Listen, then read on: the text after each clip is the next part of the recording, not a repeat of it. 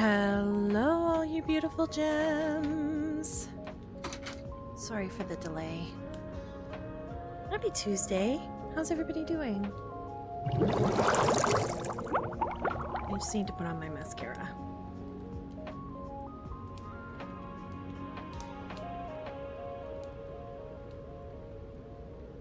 Hey, Lefty, how you doing? It's good to see you. Happy New Year.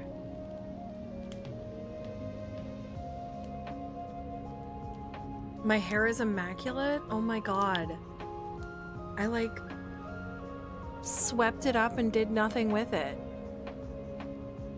But I appreciate you saying that.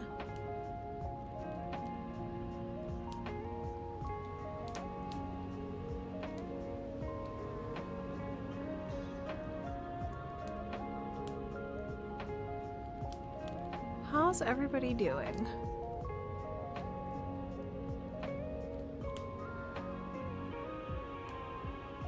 You like the pink and purple? The fade is quite nice right now.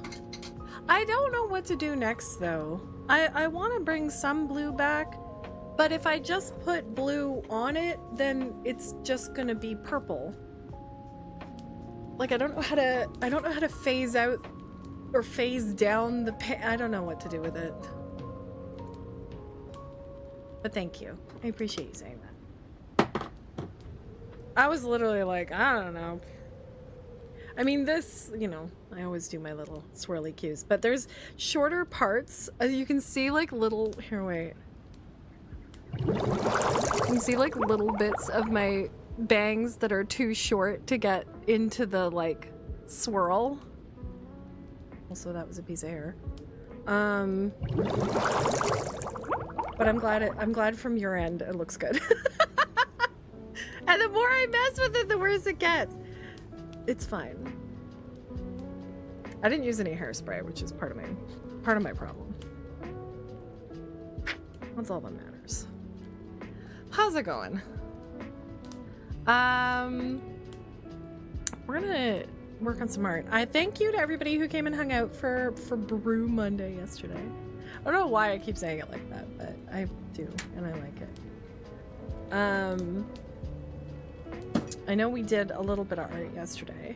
Today is probably going to be a little bit of a shorter stream just because it's freezing out. Like with the wind chill, it's minus 26 right now. So I need to go at like 4:30ish and go around and pick my entire family up from everywhere because we only have one vehicle. Hi, Inspector.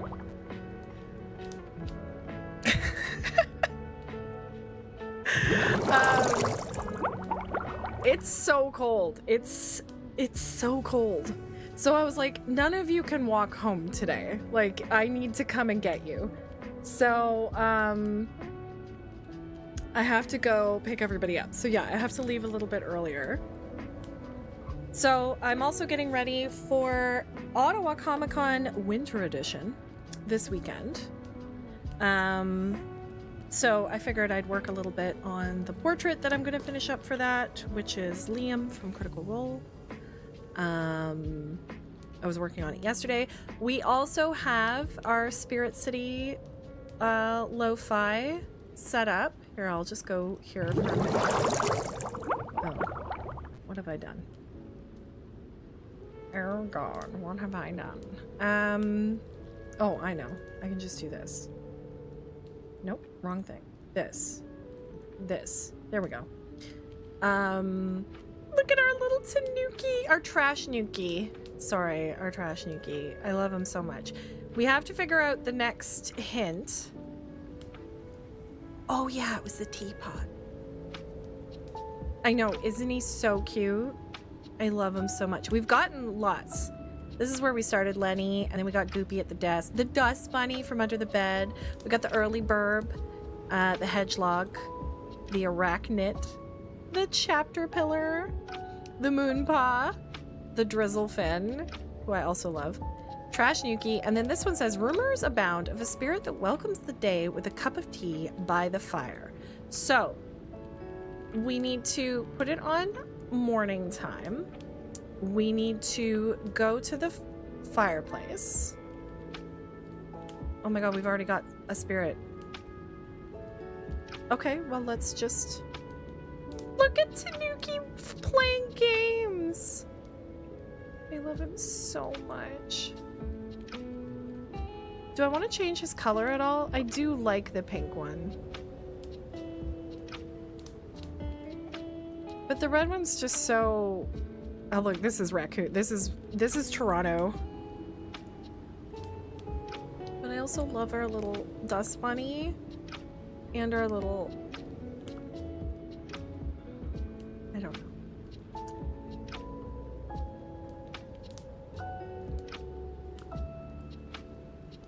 Maybe we'll go with our bookworm.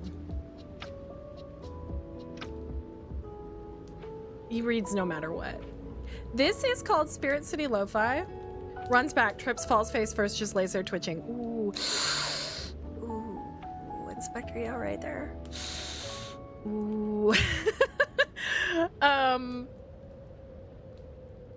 Okay, we'll stay here because we're getting a spirit. We're luring a spirit in. We'll see what it is. This is Spirit City Lo-Fi. So the music that you hear, the sound effects that you hear, all of them are great. Although I think the wind is a little much right now. Let's turn that down. Or the snowstorm. But it is very snowy out. I think I landed on my keys. Well, let's go here. And we'll put our Spirit City. And y'all have to let me know when that little red dot shows up here and we have a spirit to check out. There we go.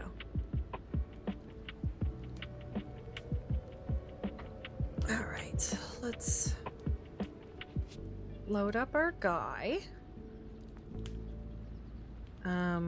We were just in the process of, we had just flipped him.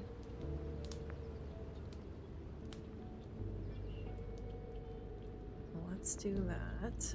Flip this.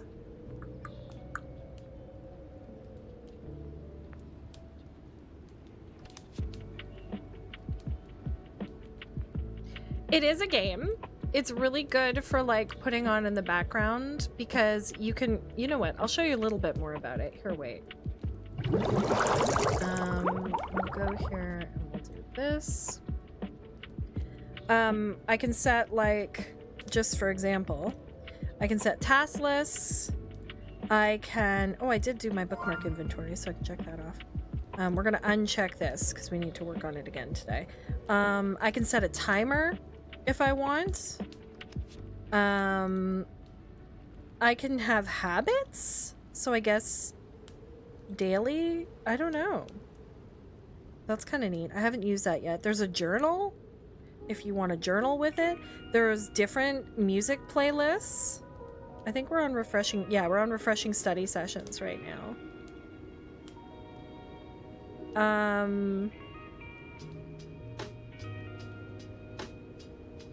And then you can change your wardrobe and your appearance. And basically, as you level up, you gain coins to spend on different things. So there's all sorts of fun stuff. This is the one I'm wearing, which I really like. But yeah, I can change it up anytime and buy new clothing for myself and stuff. But this is my outfit for right now. And then yeah, as you work, you lure different spirits by doing different activities. You can decorate the whole room, you can change the whole room. And then for activities, you can move around the room and do different things. You can be in the bed, the desk, the fireplace, the bay window. You can be gaming and there's different activities depending on what you're doing. Alistair? Alistair just gifted a year of subs to Lefty. Oh my god. Thank you, Alistair. Happy delayed holiday. Oh, that was so kind, Alistair. That was so generous. Thank you so much. Also, that counts. We just hit our 15 subs, so we'll have a February Marbles tournament. That's a sub every month. That's amazing. Okay, what's our next sub goal? What did I put down? 25 subs, we'll have a 12-hour stream. So let me update that in our sub goal.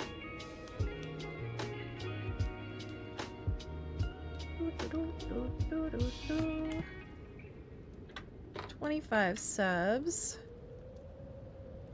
12-hour stream. Oh my god, and we've got a hype train? Is that a hype train? It is. It's a level 4. What? What? Alistair, thank you. Thank you so much. Freaking hyping it up out of nowhere. Good lord. I wasn't ready. Anyways, yeah. Love this game. It's great. What have I done here? I need to take it off. There we go. Okay. So we'll chill here for a bit. And y'all let me know when that little red dot lights up while I work.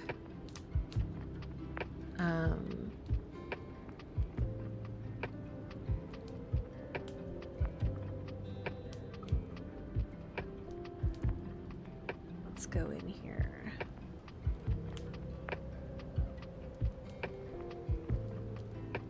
Is being dragged by the train, making Inspector. I think you're having a rough morning so far. A rough afternoon, I should say. Also, I think it's appropriate. I'm working on Critical Role portraits while wearing my Jestra hoodie from Critical Role. So as you can probably guess, I've sunk a lot of time into Stardew. Amazing. How's it going for you?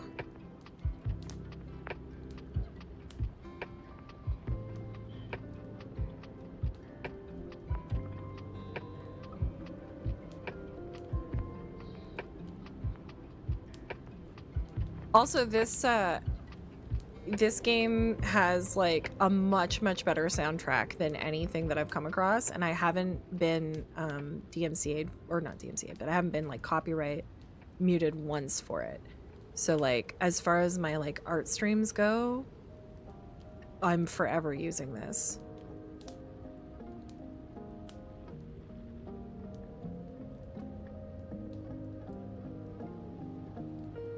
Going great. Married Elliot, had 2 kids, and now trying to get perfection. Oh my god. Damn, you have been busy.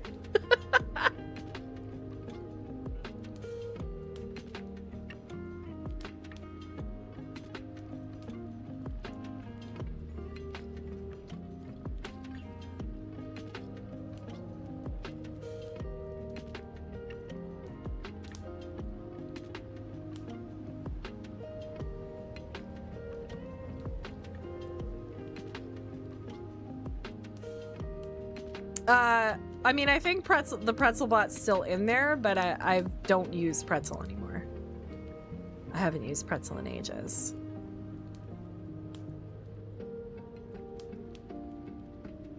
If anything, I was using the Streamlabs, because Streamlabs like set up their own music player. So I was using that a little bit, but it's not great.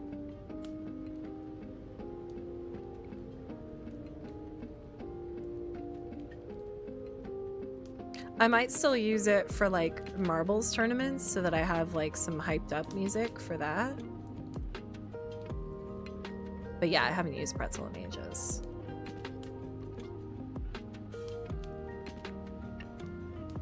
Hype train success! Let's open the hype chest. A fall damage emote? Choo choo. That's you, Inspector.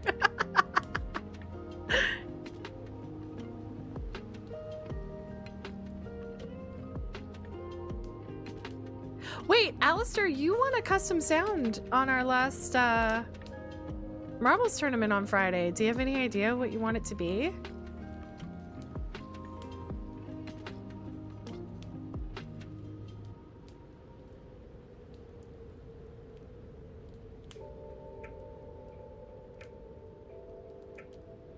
What's everybody up to today?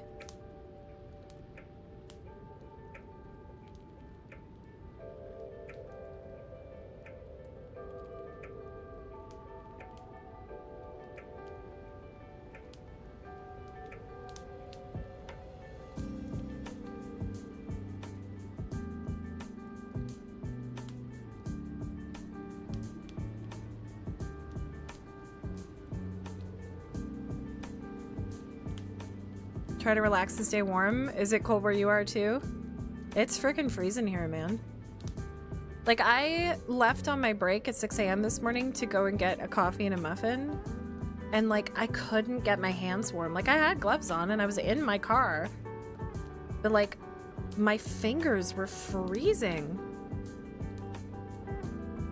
Been star doing between meetings. And yeah, it's cold here, but not as cold as it is where you are, yeah. Well, what did we work out? I was gonna look into getting that thing. Minus 26 Celsius in Fahrenheit. So minus 14.8 degrees in Fahrenheit.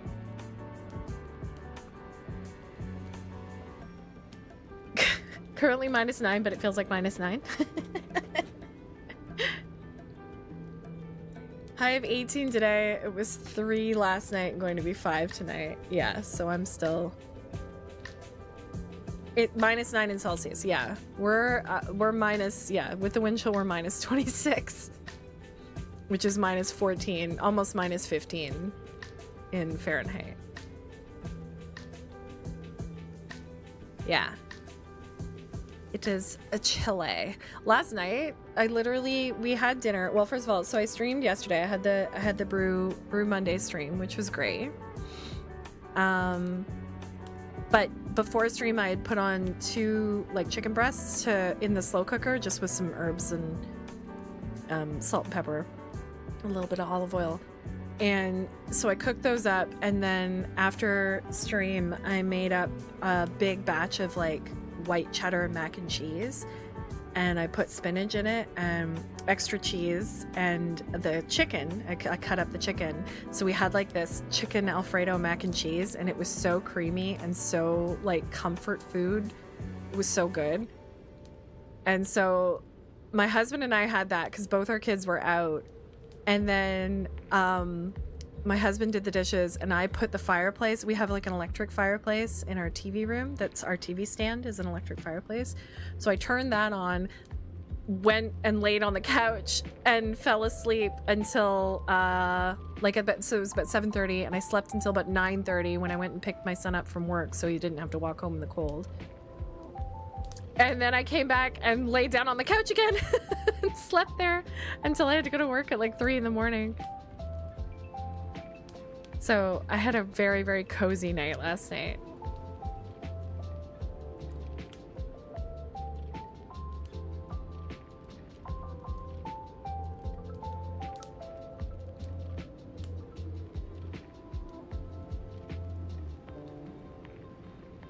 You can keep that, thanks.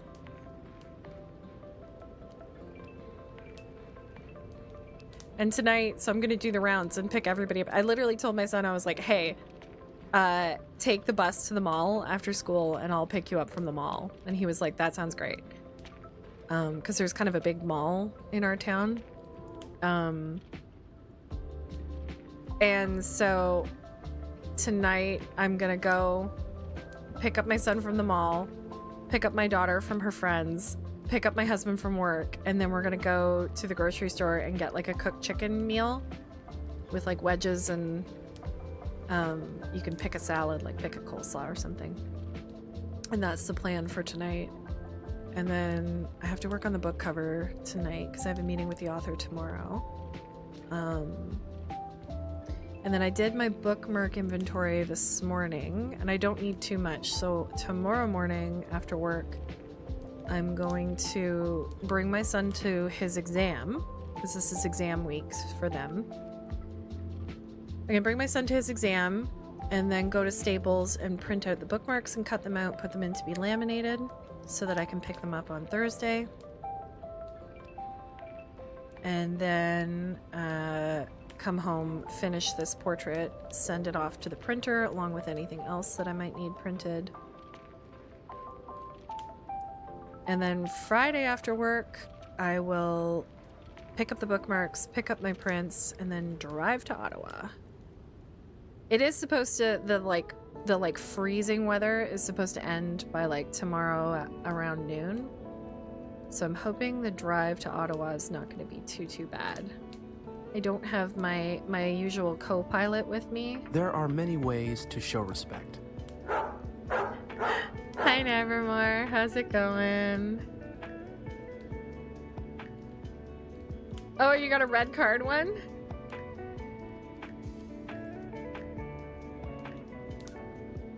Yeah, red card means like, it's like something you get in well, we say football, but soccer.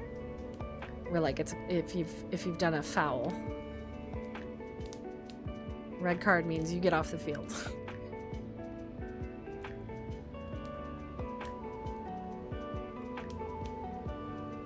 Nevermore, how's your Tuesday going? Yeah, so it's a on Friday I have like a 4-hour drive or so to get to my friend's house, and then we're gonna go into Ottawa together and get set up for the show.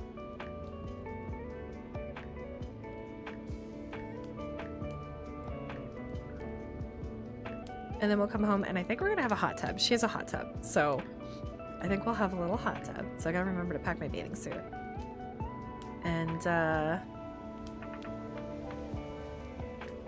probably watch some like gaming preview videos, because, well, she's in the like beta testing group for the Dune game.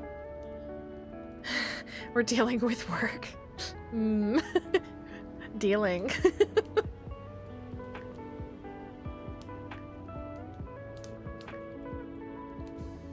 You'll get through it, Nevermore. Hot tubs are great in cold weather. Yeah, I'm very excited. In cold weather, not cold weather.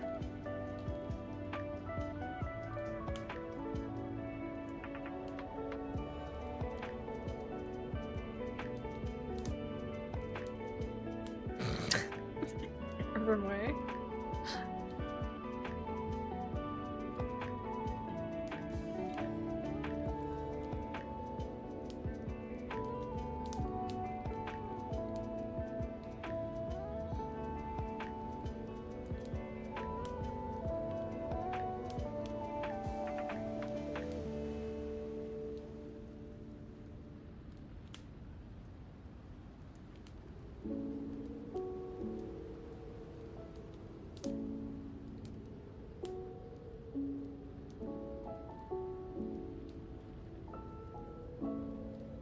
And then Saturday is the show, and then we're gonna go out. Saturday and Sunday is the show. Saturday night we're gonna go out for dinner. Remember when I was in Ottawa in the fall for Ottawa Comiccon, I went to that burlesque show, the D&D burlesque show that had the Shadowheart cosplay that I lost my mind over. And I got called up during the intermission to do a D&D trivia thing, and I won. And I won a gift card to a restaurant in Ottawa that I didn't get a chance to use. So I was like, hey, why don't we go for dinner at that place? So on Saturday night, we're going to go out with a few friends. Go for dinner.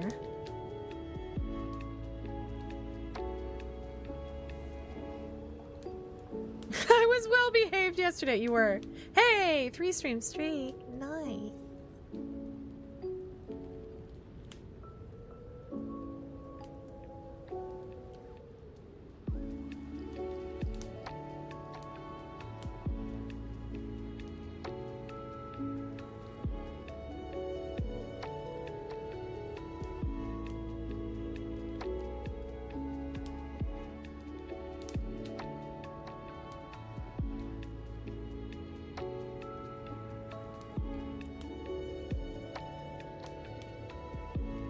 Yeah, so those are my weekend plans so far. There was a bit of a panic today because we got an email from the convention that was like, it's mandatory for every exhibitor to have liability insurance, and like, here's where you can buy some and here's where you can upload it to the website. And I was like, do artists have to do this? Because we've never had to before. Like, I understand if you're like selling weapons or, you know, food or like things like that makes sense, but it seems odd for like artists selling paper products. And also, like, the link that they sent us, like to the insurance that they sent us to, was like $200, and the table only costs like less than $300. So everybody was like, wait a minute, what are we suddenly gonna have to add this to our costs? Like, what's going on? So I emailed the Artist Alley coordinator, because I've known them for a long time, and they were like, hey, can you give me a quick call? And I was like, yeah. So we get on the phone and she's like, listen, I cannot put this in writing, but I'm not going to be checking like if you have insurance. Because here's the other thing, like all conventions have it as part of their like paperwork that you sign, that it's like, you know, basically it's just say that if anything happens to your setup, if anything gets stolen, anything gets damaged, it's not the convention's fault. It's not the venue's fault. It's not the convention's fault. But apparently, like the EY Center where that hosts Ottawa Comiccon sent out a thing that was like, hey, we're not going to let you host this unless all of your exhibitors have insurance. And so they kind of put it out. But she was like, they dropped this in our lap like last week. So she goes, I can't say this in an official capacity, but unofficially, I'm not going to be checking anybody who's not from outside of Canada. Like, if you're from outside of Canada, there's other things we have to check anyways. But, you know, do with that information what you will. She's like, and just so you know, I will deny saying this. Like, I cannot, you know. And I was like, I understand. I totally get it. I was like, word of mouth it is. So I've just been like quietly telling everybody like, hey, it's okay. Because again, normally this is in every convention's policy, but they don't enforce it. So that's what I was like calling to be like, are you going to be enforcing this? And she was like, nah. She literally was like, they don't pay me enough. And I told them that. I was like, I would have included this in my raise if this is what I had to do now. Because this is extra time and energy and manpower and communication. She goes, just today I've had to field, I don't even know how many phone calls about this. And I was like, yeah, I figured as much. So she was like, yeah, not too happy.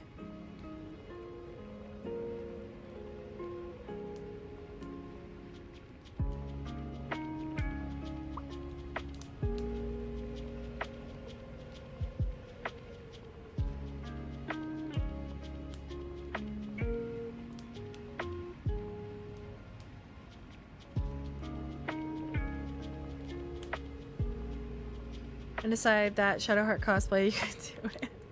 You think so? I don't know. I haven't done like a full cosplay in a long time. I've done like casual cosplays and like cosplay for stream and stuff, but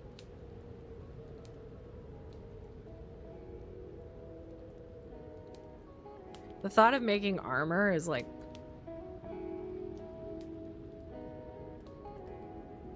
Listen, I've thought about BG3 a lot, but I haven't played it. I've been... My newest thing right now, or my current thing, is Lofi asked me to help set up the 2025 server. And I've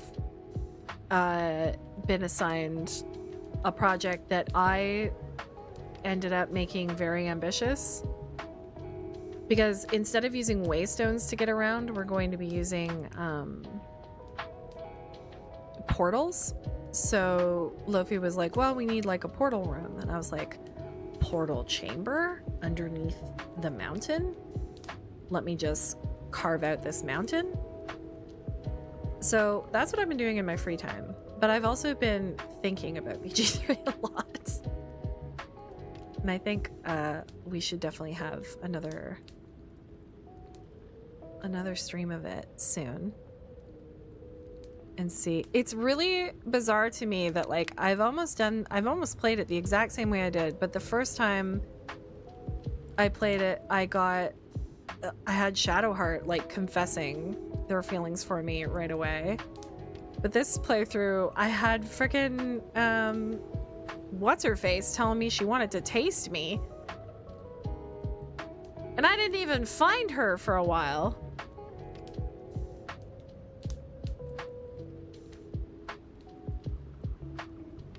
Yes, Warbler, yeah, for sure. Liza, yes. Sorry, I couldn't remember her name in the moment.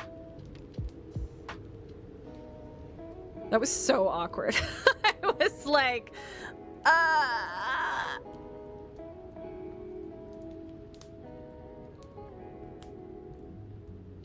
for the sex speed run. That's so funny. But this time I wanted to romance Shadowheart, and I keep checking in with her, and she keeps being like, yeah, what's up? And I'm just like, okay.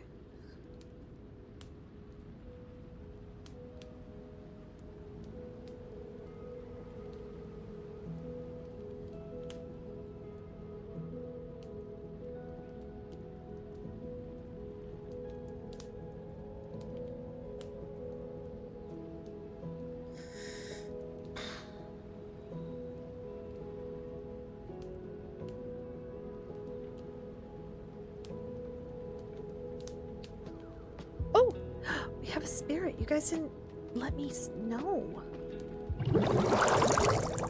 Okay, let's check it out. We got it! We got the teapot! Oh my god, she's so cute! Let's see what she says. Kettle brew! Kettle brews have no bodies of their own. Instead, these non-corporeal spirits are known to possess teapots. It appears that not just any teapot will do either. It must be one that is beloved by its owner. Aww. That's so cute. I had my teapot here yesterday and it was the same color. Upon being possessed by a kettle brew, the teapot will, from then on, be steeped with an endless supply of delicious tea. Many are curious where the tea comes from and what it's made of. I myself prefer not to think too hard about it. That's cute. Okay, let's see what this one is. There's an enchanting song coming from the forest as the sun sets. Okay. So, okay, we gotta do lighting. So let's do evening for the sunset. And let's go by the window.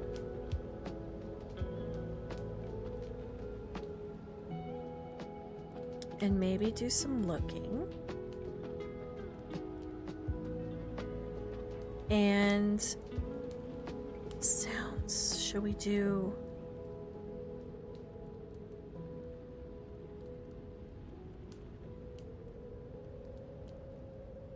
Whispering Creek? It didn't seem to do anything. Oh, there we go. Night Forest. Okay. Okay, let's get rid of the creek then. Oh, look at the fireflies. Maybe I should turn the snowstorm off. Yeah, I'll turn the snowstorm off. It'll just be gentle snow. Okay, we've got our spirit decks going. Almost level 11 too.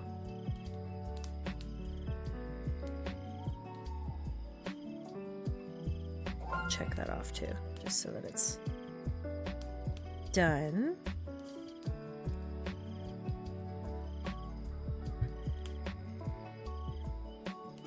I was gonna ask about what the red dot was. I didn't know where to look. No worries. If you get it, okay. If you get to a certain nighttime event and Shadowheart offers to drink wine with you, you're on the path to romancing her. Oh, interesting. That always happens to me in BG3. I decide I want to romance X, and some other companion is like, "Hey there." Yeah, I've decided that I need to do a run romance each and every companion. Yeah. And maybe even get to their good, bad endings for each too, which is entirely too many runs. But I already have 750 plus hours in it. What's another 700? Freaking, yeah. The replayability of the game is really amazing. Where is this? It kind of lines up with this, I think.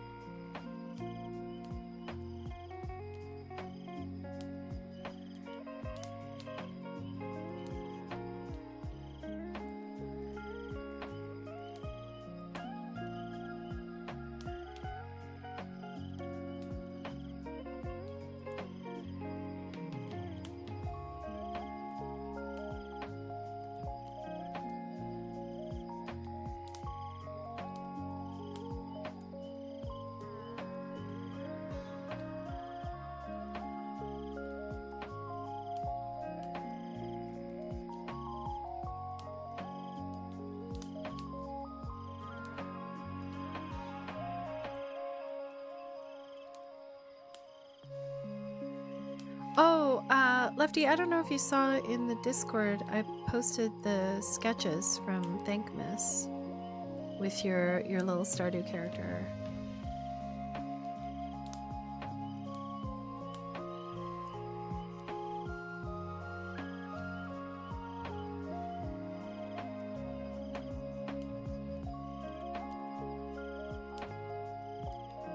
My latest idea for a run is to romance Gale as a sorcerer. Maybe there'll be unique dialogue where we can argue who has better magical skill. That's cute.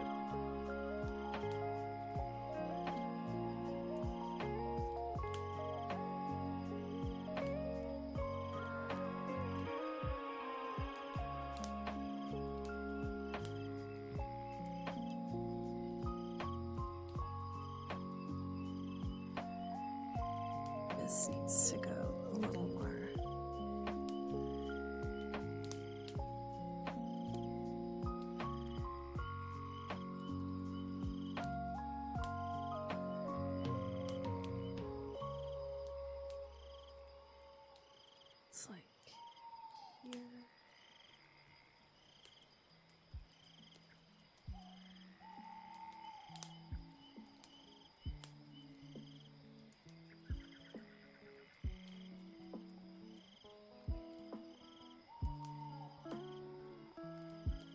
If y'all see a spirit, just do exclamation mark aqua. So that I don't miss it.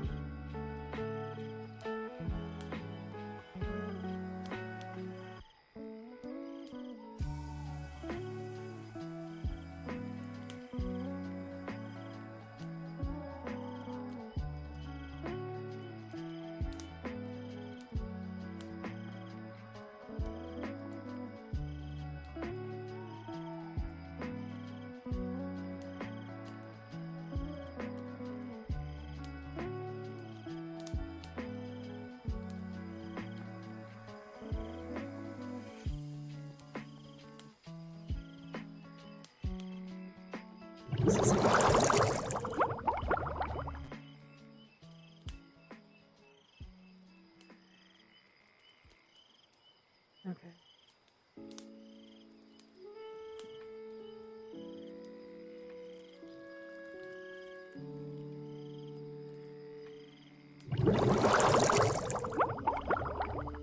I want to check which one of these chin lines was right.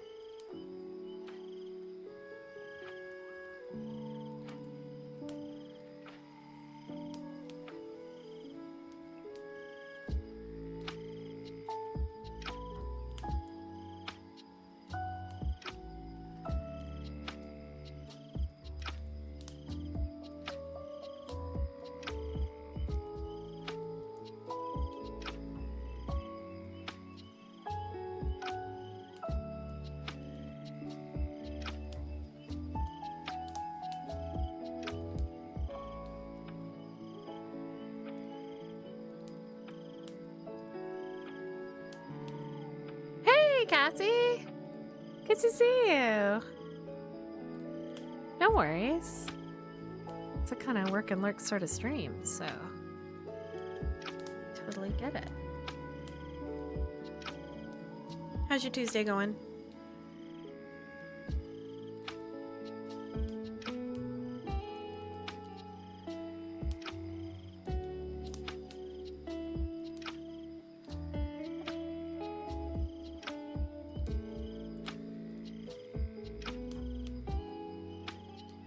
You made chili? Oh my god. I've been thinking about making chili for ages now.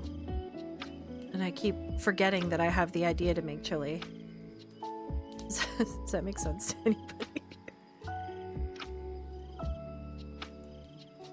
Sometimes when you have ADHD, you forget that things exist because they're not front and center of your mind.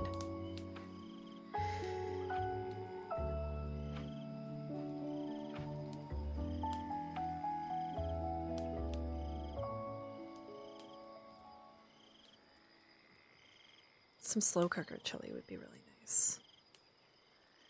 By the way, if any of you follow me on Instagram, if you go to my Instagram profile, there's a section up top in the little like bubbles for recipes, and all of my like main like dinner staple recipes and my spinach dip are there. Just in case anybody is looking for anything different. I have a chili recipe there for the slow cooker. I have my soup recipe, which I learned from my grandmother. My like lentil vegetable soup. What else do I have in there? Oh, my pork chops, my slow cooker pork chops with mushroom gravy.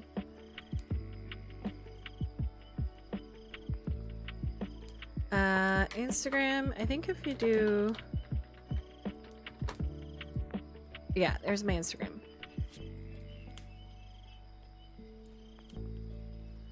It was good. Hoping for the dentist to call me back saying my stuff is ready to pick up, but no call yet. Any luck, they will call.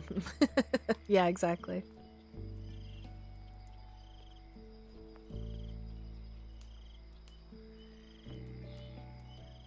I'm gonna get rid of the Twitter one too, because I am no longer going to be active on Twitter. I can't, in good conscience, be any part of that. I think I'll just archive. I'll delete all my art posts, archive my account so it can't be, like the username can't be taken or anything, and then fucking leave.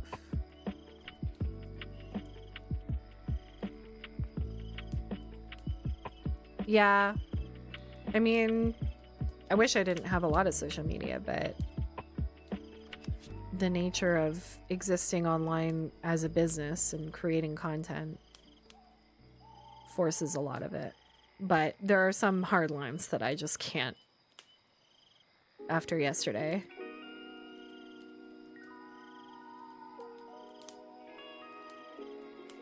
Made the chili in the slow cooker. Started about 11. Perfect, perfect.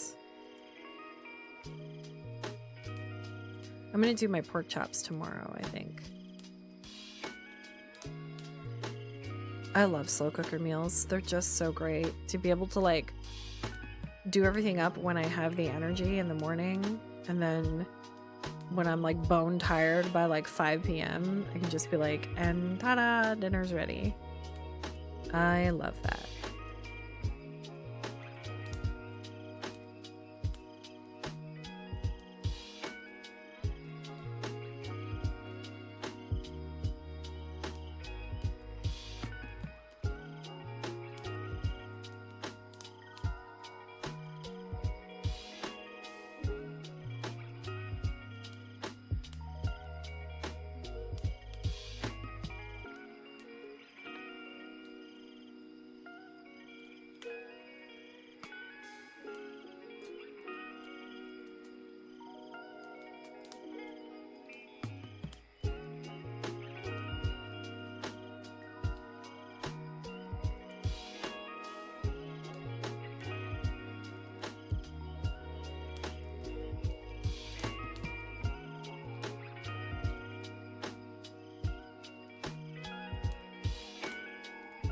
I was worried because I actually used tomato sauce, but when I added everything else, it turned out okay. Oh, that's good. Sometimes I'll, my parents used to make, they used to put, like macaroni noodles in the chili. And it was like surprisingly good. So every once in a while I'll do that if I think it's maybe got a little too much liquid that needs sopped up.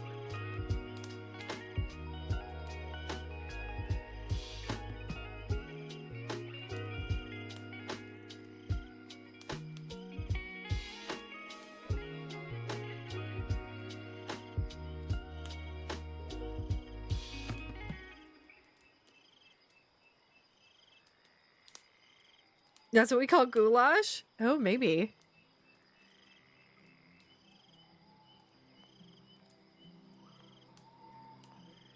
I don't know what would comprise of actual goulash. I don't think I've ever looked it up.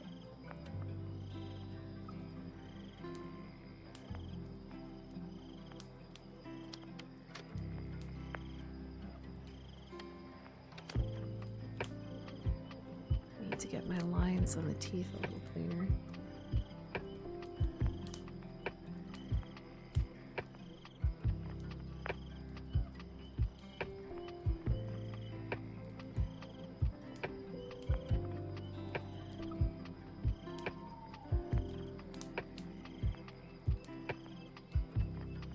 Ugh, I love the fireplace sound. I'm never gonna get rid of that.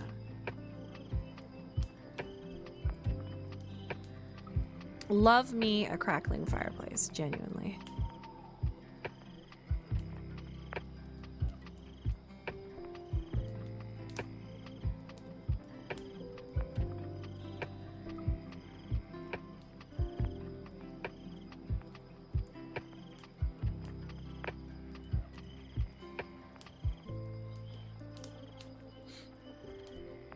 Ooh, and it's okay.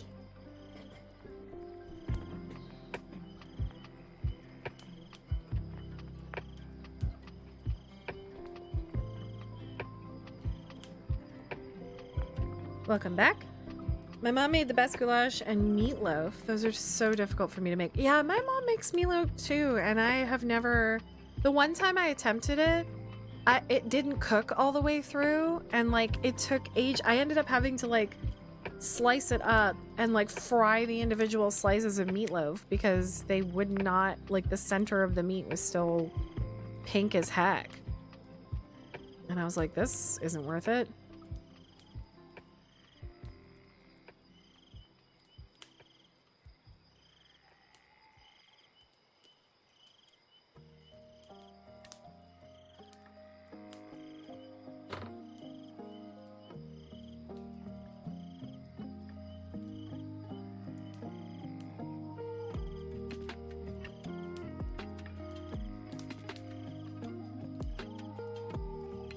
Yeah, meatloaf is... It's funny because my mom was like, oh, it's so easy. You should be making meatloaf all the time. And then, you know, your husband could take meatloaf sandwiches. And I was like, yeah, that sounds great. Show me how to make it. Mind you, my mom is the type of person who's just like, throw in a bit of this. And I'm like, how much? And they're like, she's like, I don't know, about this much. Like, she doesn't measure anything. Whereas I like to follow a recipe. And like, it doesn't have to be exact, but I need to know roundabout, you know what I mean?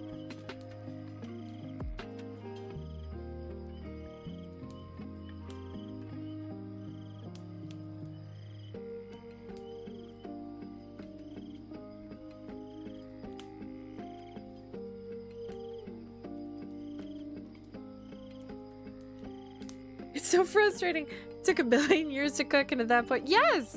That's exactly what happened to me. The one time I tried it. I was like, well, this is not worth it. My whole family was at the table and I was like, I'm so sorry, you guys. Like, it's not cooked yet. Like I said, I literally ended up having to like slice it up and then fry the individual slices so that the meat would be cooked enough.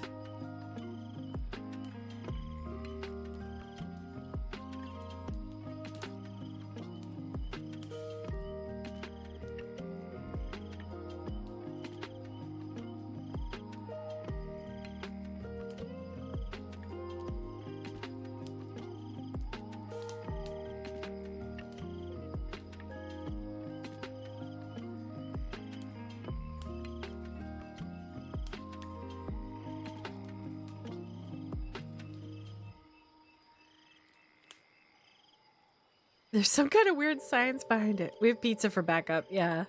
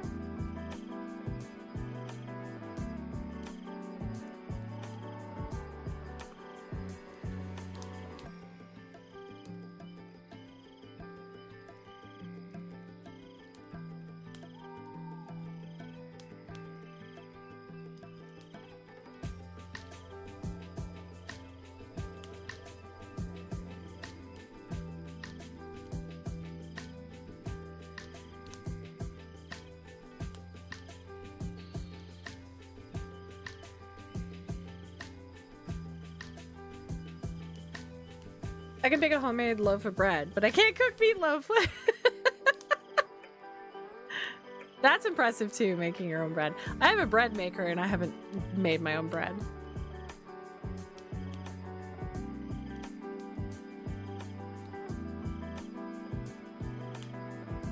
I do want to make one of those focaccia loaves though. I follow this account on TikTok that's just called Will It Focaccia. And they make like weird suggestions like cinnamon bun focaccia or like strawberry glazed focaccia and like all sorts of weird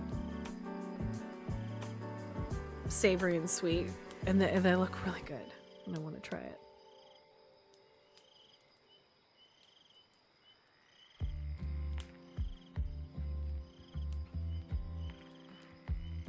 Okay, I think that's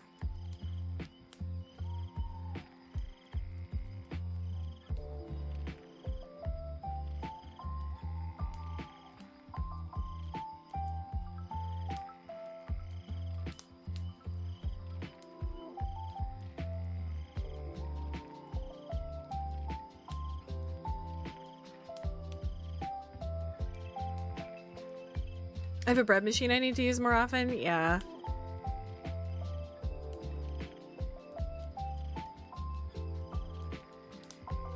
My daughter went to stay with my mom last summer in Scotland. And when she came back, she was like, oh my God, I used grandma's bread machine and like, I totally know how to do it. So I'm going to make bread now. So I was like, great, I'll get the bread machine out. So I got it out for her. And then she was like, oh, this is different than grandma's. I don't know what this is. And I was like, okay. So it's just sat there.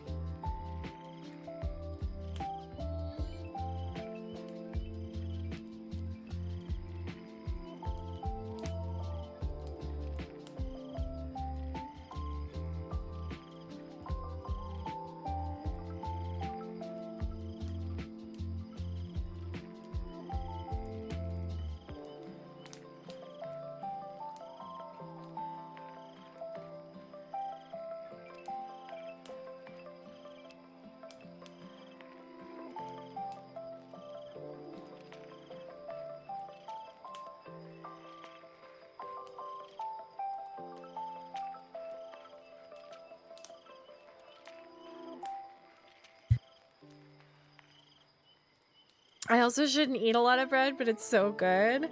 Do you have a gluten problem?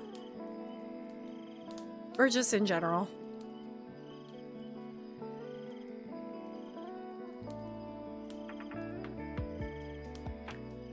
Yeah, I think that's the other reason that I haven't like fully gotten into bread making, because I'm just like, this could be dangerous. If I knew I could just like have fresh baked bread at any time, if I figure out how freaking easy it is to throw some bread together, it's over.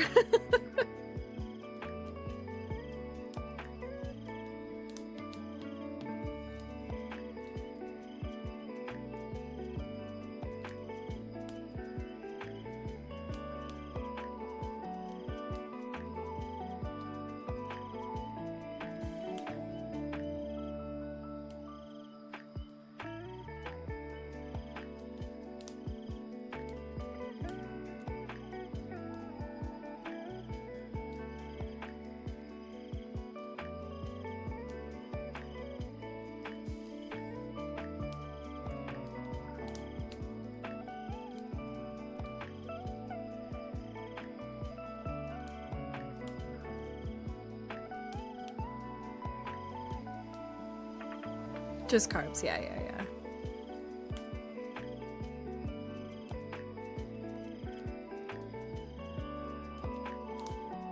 I've had a couple friends who in more recent times discovered that they are lactose intolerant, and then I had another friend who's like now had to avoid gluten, and I'm just like, and again, these are like recent developments, so I'm like terrified of that happening to me. Like, don't get me wrong, first world problems, like I know that, and there's more options available for dairy-free and or at least lactose-free and gluten-free than there ever were, but at the same time, I'm just like, if I can't just go make myself a grilled cheese sandwich at any time in my life, I don't know, man.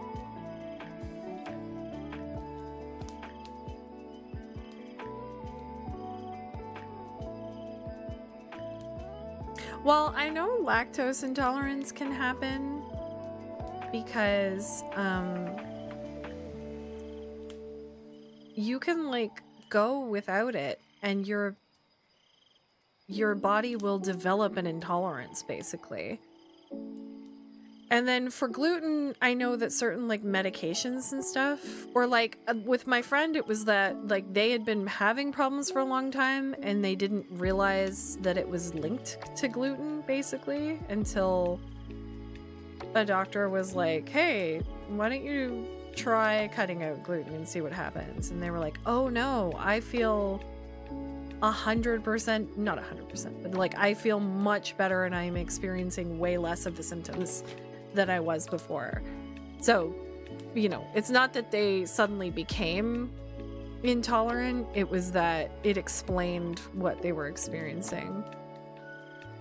And so they now have to actively work at avoiding gluten. I thought I'd developed lactose intolerance too because cheese would give me diarrhea and make me feel sick. A year later, I found out my gallbladder was making stones. Oh my god. Maybe I'll mention that to my friend just in case. Because she's Italian.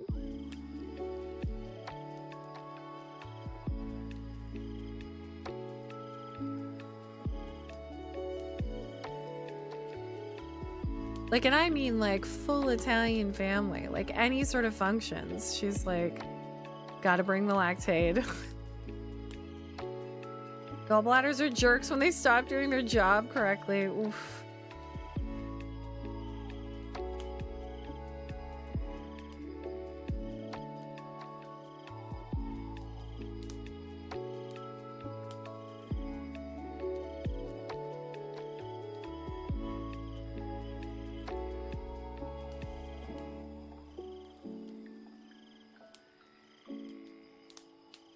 I'm a little worried because my mom, in her, like, my mom dealt with, like, heartburn and GERD for a very long time. And in her 50s, they, like, took a look and they were like, yeah, you have a hiatus hernia and you need to be on medication or you're gonna develop, esophageal cancer. And so she was like, oh, damn. So she's had to do a lot to like cut stuff out of her diet and work with the medication and stuff like that. And like, I do get heartburn. I don't think I deal with it as badly as she was, but it's certainly like if I get stressed out or if I eat a lot of junk or if I have a cough for a long time, it makes it worse. And so part of me is just like, oh, I don't want that to happen to me. But things like that are very, like, genetic. And, like, physicality-wise, like, looks and everything, I'm my mom's clone. Mine's been gone 2.5 years. Mine's been gone for a while. Can't recall the exact date, but it's been like 5+ years. Wow.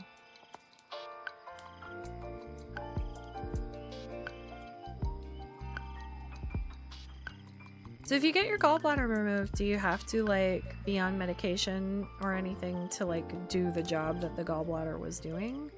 Or is it one of those things where like the gallbladder doesn't do much unless it starts acting up and then it causes a lot of havoc. Just need to limit certain foods. Okay. That's reasonable.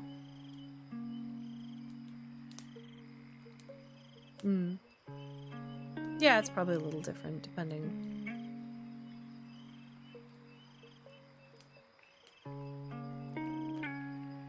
I never really got an answer on that. I don't take meds, and I can eat certain things, and I can't eat certain things that I used to be able to. Okay.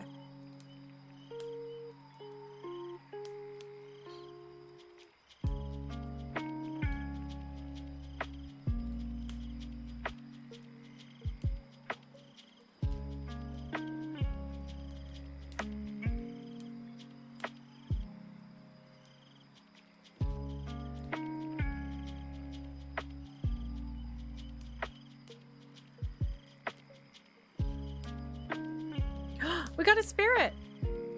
Let me save it. I kind of want to drag this up here when we do that. Give me a second. And go to game. There we go. Let's see what we got. Yeah! Oh. Let's see what this is. Sunquill. Sunquills are natural-born performers. They love putting on variety shows for other forest-dwelling spirits to show off their talents.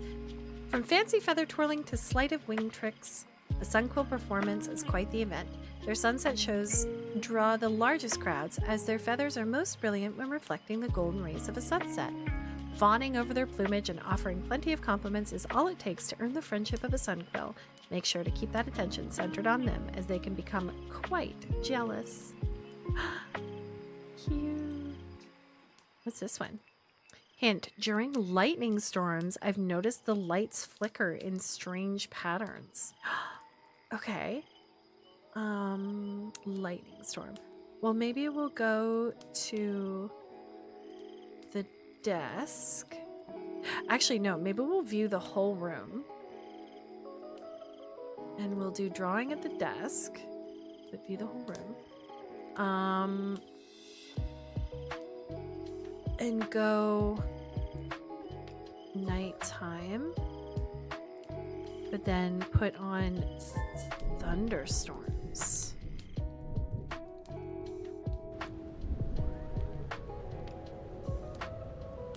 Let's do some rumbling thunders.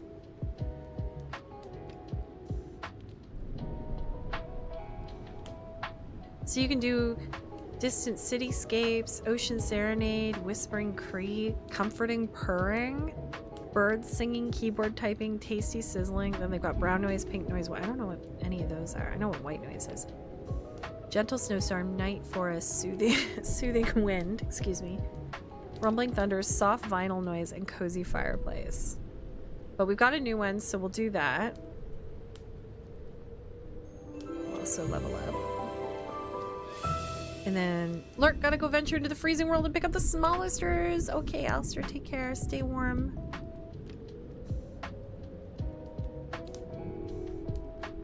Wait, what's happening? I think I have something else going on there that I need to look into. I've been a bit nauseous at night lately. It's made it hard to sleep. Oh no. Apparently, milk binds with fat. I will still eat them on occasion. Oh, cut back fatty, greasy foods. I'll still eat them on occasion, but then make sure I have milk or Tums on hand. Yeah. I am a stomach sleeper also, because of my back. I want to go look at the new... Ah, how cute. Ooh, oh, look at this one with the cards. Oh, I like the blue. I like the purple. Let's buy that for her. The celestial one's cute too, though. And then I never looked at the teapot options. Cute. Oh, we have so much money. Oh, I'm so sad I missed the like Christmas events, the holiday event. Ooh, the gold's nice too. Very cute. But I like this one best, I think. And then what other ones did we... So this is a sun. What one is this one? I have to go to my spirit decks. But this looks like the bigger version of it. Looks like an evolved version of it. It doesn't say that though. I love my hedgehog.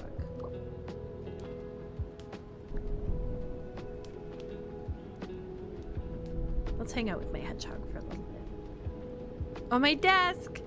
So cute. Wait, why am I writing? I thought I was gonna...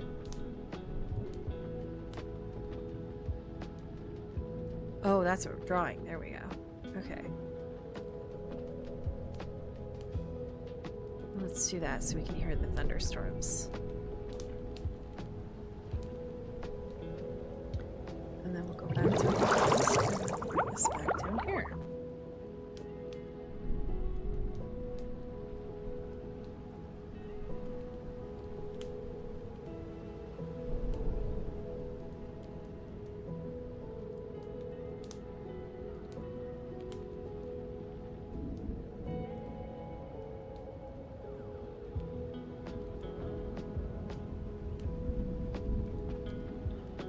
Ooh, the thunder rumble is nice.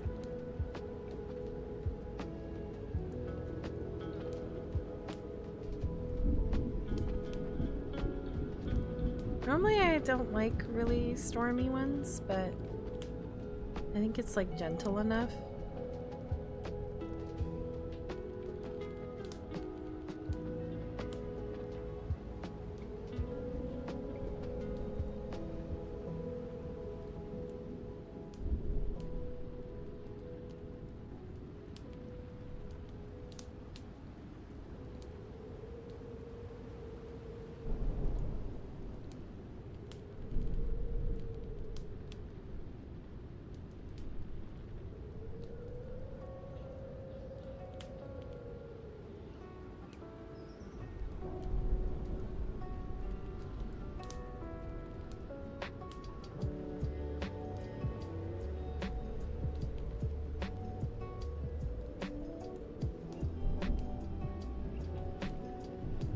Lefty, I forget, are you a fan of Supernatural?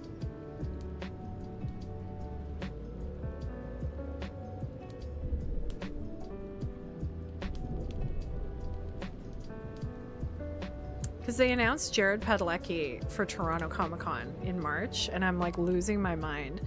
Because they're filming The Boys in Toronto, and if they get Jensen... Yeah, me too.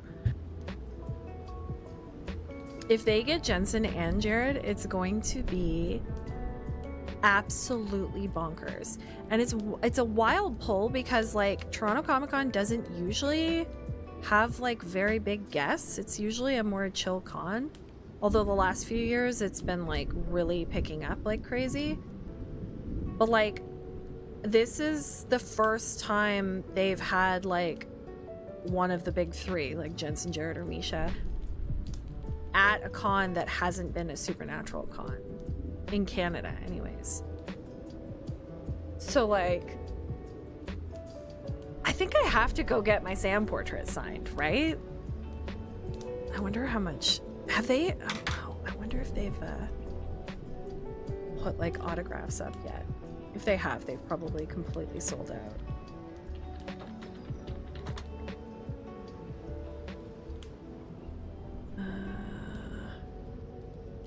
Guests.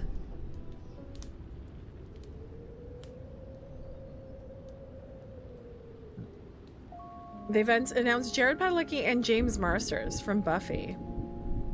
Autographs is $190. Oh, I can buy it now. That's actually not bad.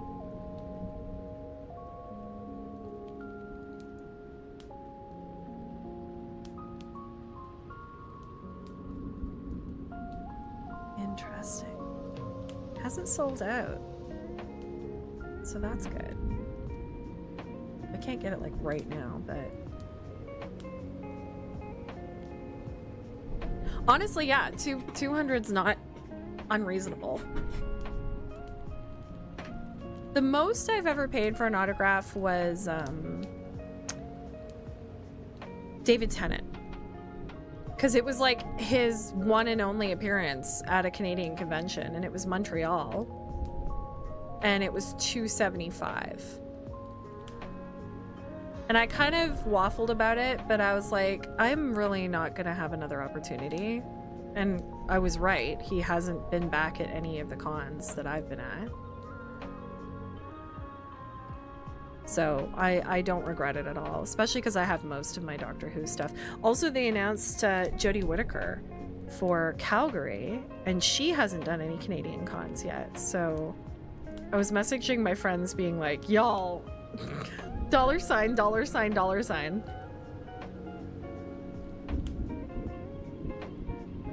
Yeah, he was really sweet, and I was really happy. It was really fun because when I went up to talk to him, I was like, oh, you know, I miss living in Scotland. And he was like, oh, where did you live? And I was like, well, my mom's from Irvine. And he was like, oh, the Magna Center. And he like knew the like local, it was like this big like leisureplex place in my mom's hometown that had like a big like water park in it.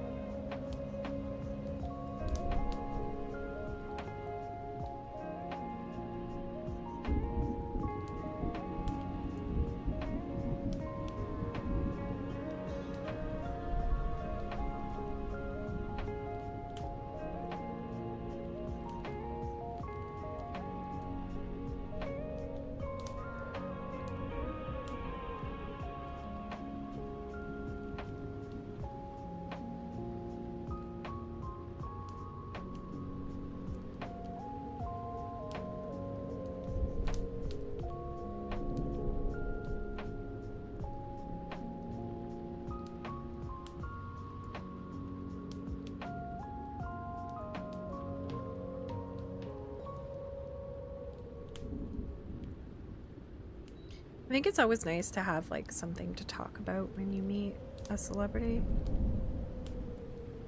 That's why I get my art signed, because then it feels natural to like talk to someone about my art and being an artist, as opposed to being like, oh my god, I'm a huge fan. Awkward.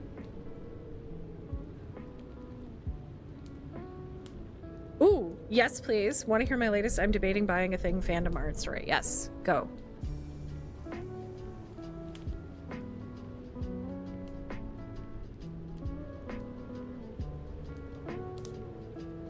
Oh, I forgot to ask Alistair if they've checked. They've sent me a package, and apparently it's been like sitting in Chicago, or like in transit. And I was wondering if they had checked it.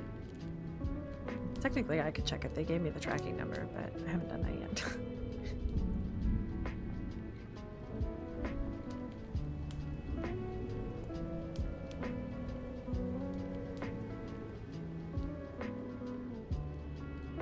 So Faye Speaker, who I think we've discussed before, has started doing blankets. Faye Speaker, have we mentioned them before? Can you post a link? I want to see. They're woven and 95% cotton with 5% polyester. That's so soft. She's from Colorado. Ooh.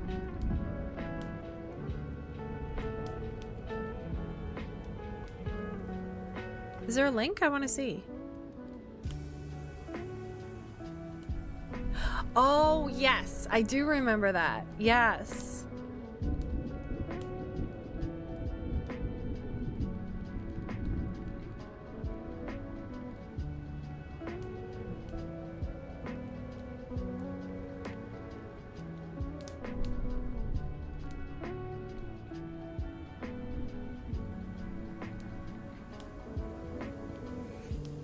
She's selling these blankets with various Gale art on them for $175. Okay. How big are they? Like, are you talking about like a throw to go somewhere?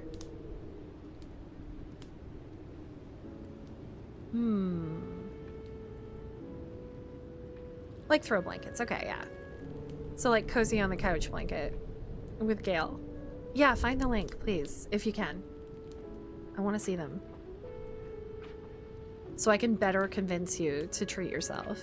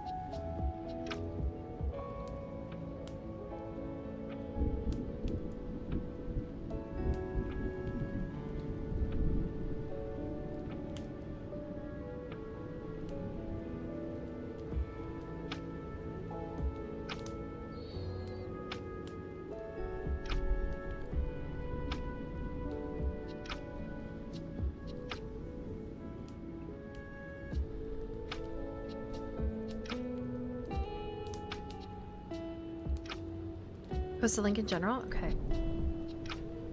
I want to see. Oh. Oh, they're very pretty. Oh my god. Which one would you get?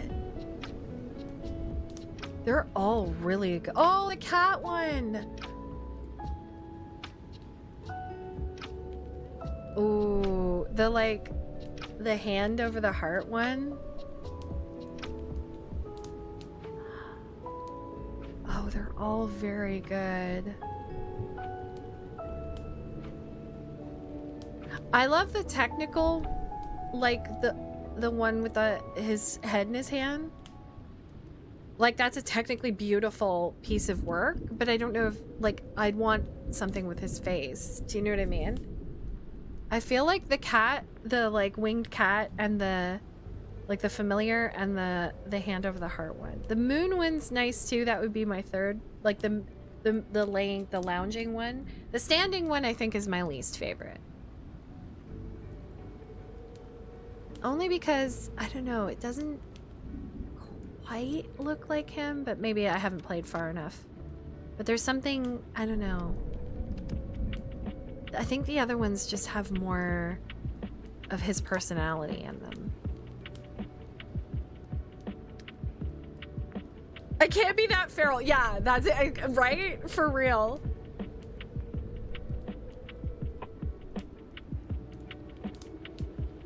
Yeah, I like, wait, where is it? I lost it again. I like C and I like E. But C, yeah. Okay, so here's what I'll say. Because one, they are definitely quality. But is there like something coming up that's like a special event? Is there like a birthday coming up, or like, I don't know, something that you would give you an excuse to treat yourself a little bit? Because that's usually what I'll save something like that for. Although if it's a limited run, I don't know. I'm always a fan of things that have like a practical use as well, and to me a blanket has a practical use. Pre-orders. Okay.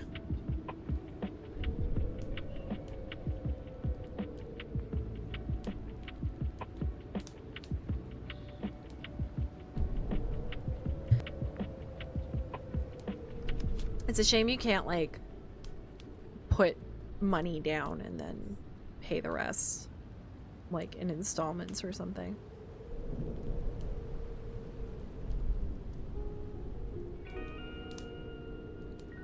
Although technically it could be what a credit card is. I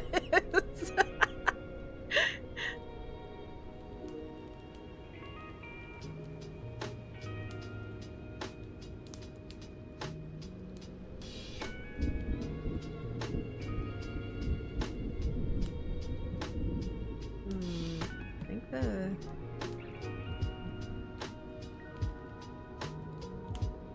right.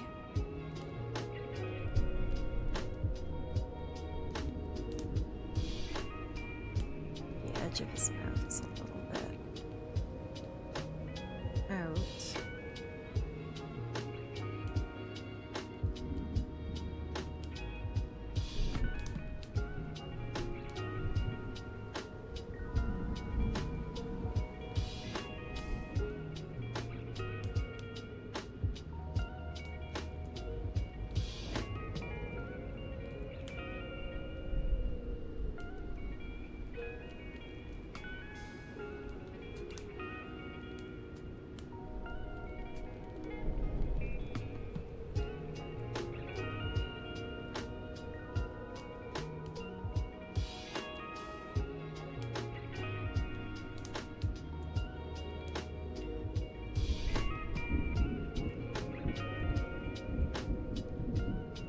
Money's absolutely not an issue for me, but I'm trying to be careful with my spending. I understand that.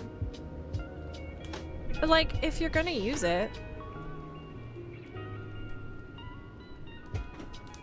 and by be careful, I mean making sure I do what I can to make sure more of it directly goes to people I want it to.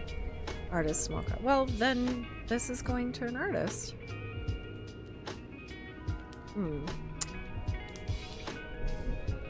Well, there you go. Alistair just saved you a year's worth of subs to me.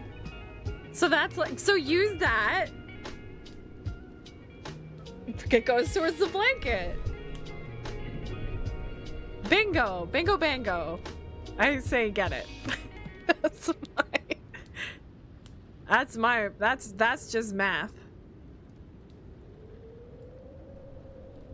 Right? That's good reasoning.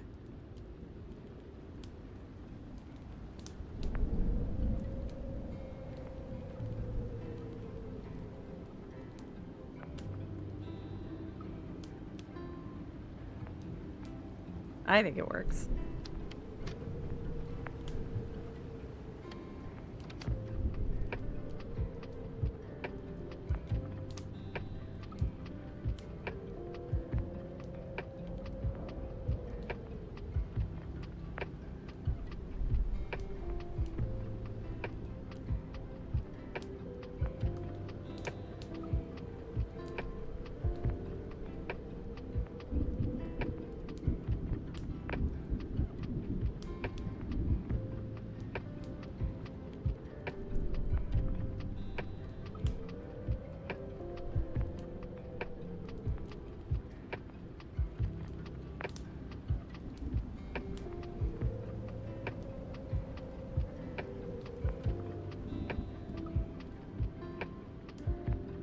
Yeah, I think they're beautiful. I think they support an artist that you have been a fan of for a long time. I think they have a practical use.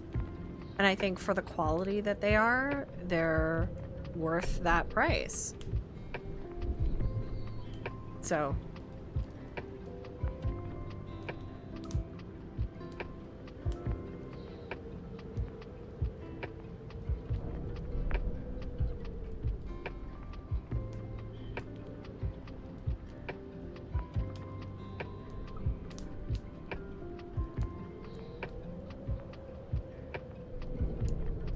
just need to decide on the design. I mean, I think the cat one, it also, I think the colors in that one are quite warm compared to the others. All the other ones are cooler. So maybe depending on your, like, you know, because I kind of see you, you know, cozied up on a couch with this. Not necessarily fully draping it over your bed, although absolutely no judgment. Hi, Miss Molly. Were you sleeping? Did you miss my live notification? Hi, baby. You look so sleepy. She has such a sleepy little face on her.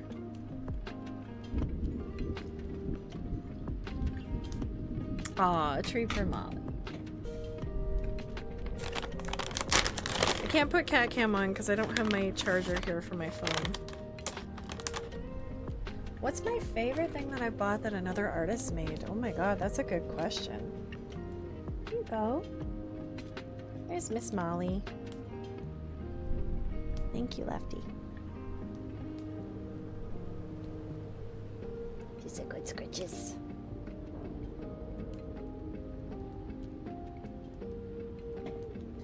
Oh man.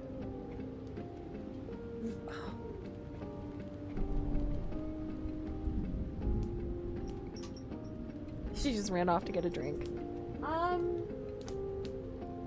I've bought a lot of my friends' comics and art books, which I love. Gosh, I feel like I'm forgetting something. Like there's probably something.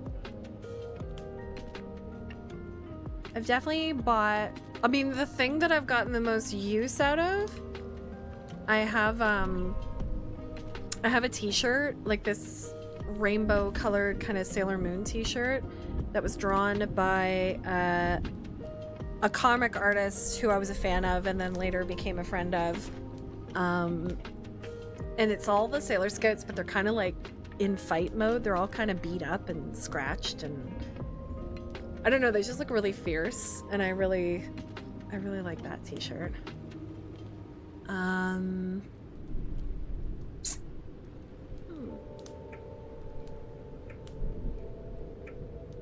sure I've worn it on stream a couple times. And now the name of the artist has completely blanked on me.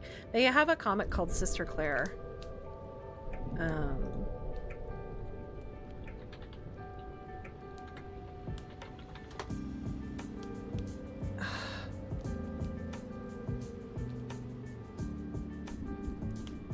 Elena.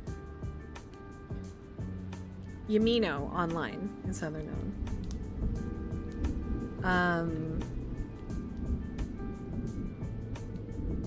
So that's probably the thing that I like have used the most, or like the most practical thing that I've bought from an artist that I'm a fan of.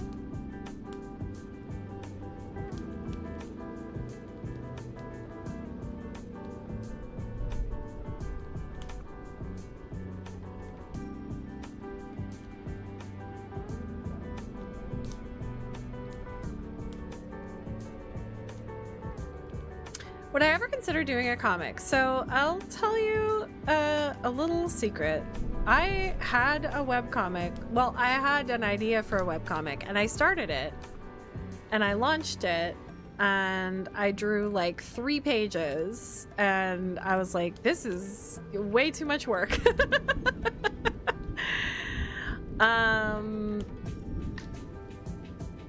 And so I stopped it. It was called Briar Rose. And it was a retelling of Sleeping Beauty, but it was gender bent. So it was the prince who was asleep in a castle, and I think I can show you the first page.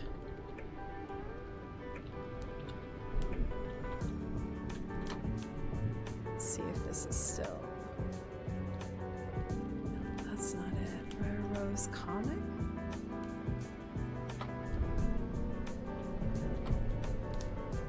Oh yeah, here it is.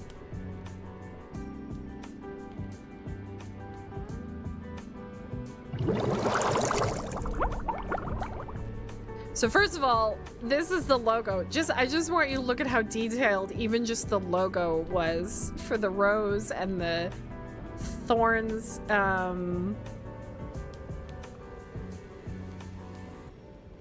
reblogged a lot of stuff that was like Sleeping Beauty related. A lot of inspo. Oh god. Maybe I don't have it.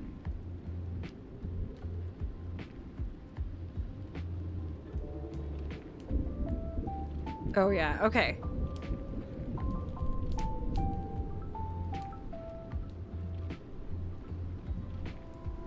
No. Oh shit, I went the wrong way. I forgot how Tumblr works. Give me a second.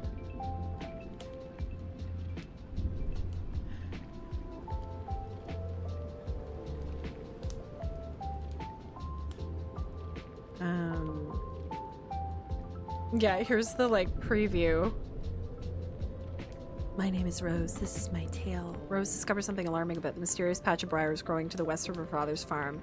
Something that may threaten the entire village. The only person she can trust with the secret is her best friend, Millie. Together, they venture out to discover the source of the danger and set right a curse that has haunted the land for over 100 years. Follow Rose and Millie's journey in the new webcomic from Leslie Doyle.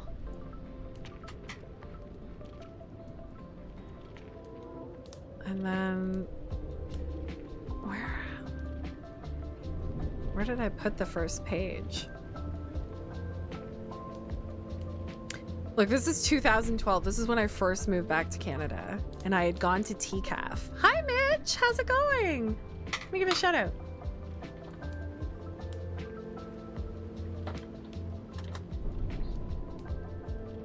I'm trying to see if I can get to the first page, if it's even still... Oh yeah, here we go. First 2 pages are up. Good job. Yeah, here's the cover. Do you see all of the detail that I put into this? Absolutely just way too ambitious. Yeah, this is the first... Wait, how do I get back? Is there not a way to, like, view this zoomed in? I guess not. Yeah, do you see all the line work on this? This was all done by hand, like drawn digitally, done by hand.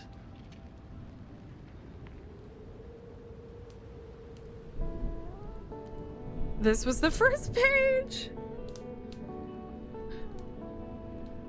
Mitch, how you going? How you doing? I'm good. And literally that's it. That's all I got done. I started page 3. Let's see if I can go back to the Tumblr and find it. Yeah. So it's me drawing like the whole village. Like, page 3 was where I lost my mind. Literally, this is what it looks like. So anyways, that was, and then I think it started because of this. I found a bunch of poetry.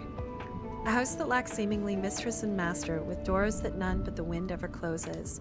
Its floor all littered with glass and with plaster. It stands in a garden of old-fashioned roses. I pass by that way in the gloaming with Mary. I wonder, I say, who the owner of those is. Oh, no one you know, she answers me airy, but one we must ask if we want any roses. So we must join hands in the dew coming coldly, there in the hush of the wood that reposes, and turn and go up to the open door boldly, and knock to the echoes as beggars for roses. Pray, are you within there, mistress, who were you? 'Tis Mary that speaks, and our errand discloses. Pray, are you within there? Bestir you, 'tis summer again, there's two come for roses. A word with you, that of the singer recalling, old Herrick, a saying that every maid knows is, a flower unplucked is but left to the falling, and nothing is gained by not gathering roses. We do not loosen our hands intertwining, nor caring so very much what she supposes. There when she comes on us mistily shining, and grants us by silence the boon of her roses. There was that one, and there was another one that I did. Or that I read. Oh, here's a bunch of sketches that I did of Millie.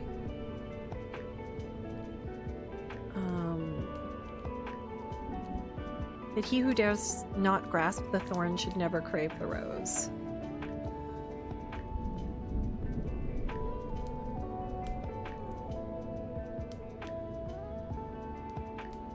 Oh, and then I recorded myself asking for roses. Yeah.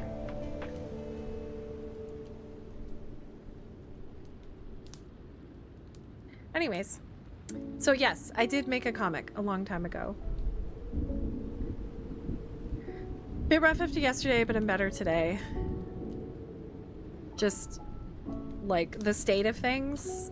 Are you rough because of that or something else? Because that's enough. I get it. Yeah, maybe one day. I don't know. I think about it a lot. I have a lot of the story planned out, but I don't know. I'd have to find a different way. The problem is, this is my art style. Do you know what I mean? I really struggle with simplifying things, and it doesn't bode well for comic making.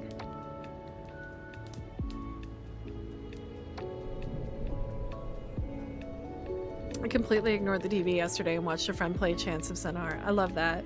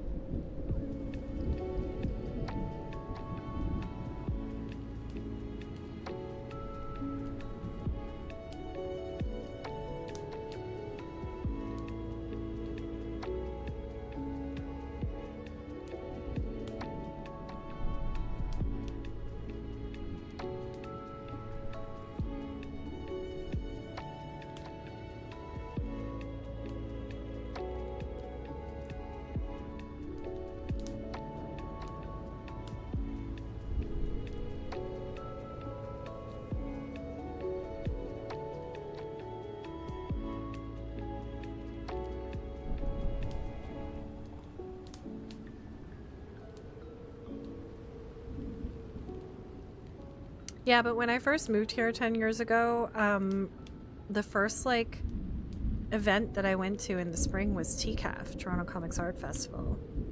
And I got so inspired by all of the artists and creators there, and I decided that I wanted to pursue a career in like art and comics. It really, really influenced me. I had been doing conventions, but I don't know, this solidified it a little bit more for me. And I got really involved in the Toronto comics community. I used to help run a ladies' comics tea. We'd meet like the last Sunday or the third Sunday of every month, and we would bring baked things and talk shop, and that's genuinely how I ended up knowing so many people in the comics community in Toronto. And it led to work, doing covers and conventions and things like that. So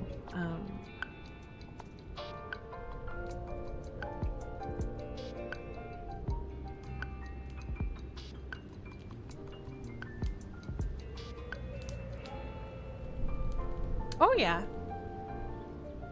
Steph Cook, who ended up asking me to be a cast member on the Diecast podcast. We're still in touch. Megan Carter,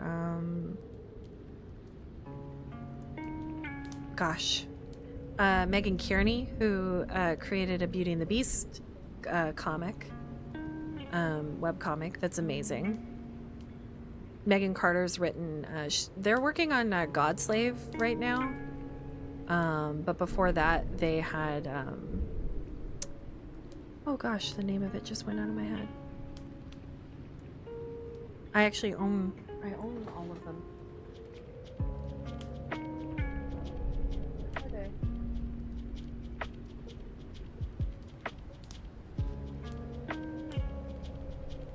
I don't remember. It was a very cool webcomic about people who had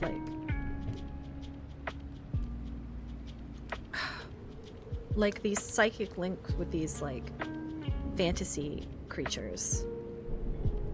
Oh, I've got to look it up. It's gonna drive me crazy.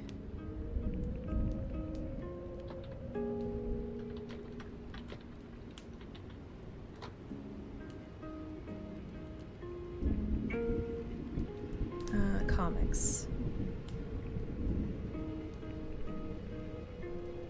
Takeoff. It was called Takeoff. Because they had this giant flying purple dragon. It was fantastic. Oh, here, I'll put a link. Wait, the Beauty and the Beast one, or, oh, wait.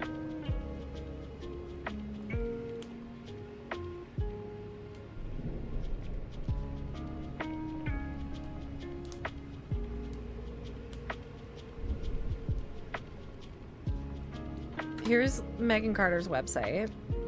Fantastic work. And then Megan Kearney.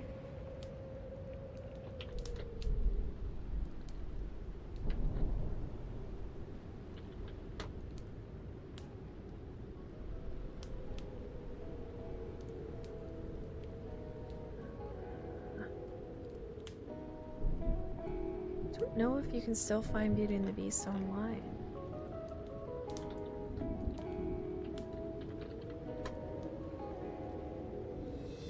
Oh yeah, here we go.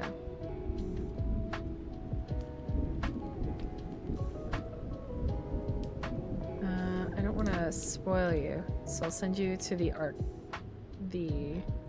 archive. Because this is one of those comics web pages that like show the most recent. That's the Beauty and the Beast comic that Megan Kearney did, which I also own. I think I own the first volume of that one.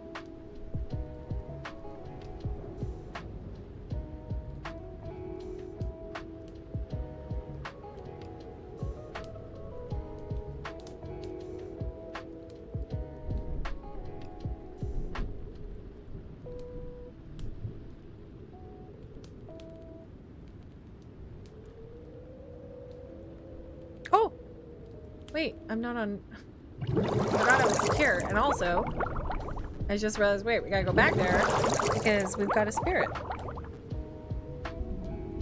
And I didn't notice.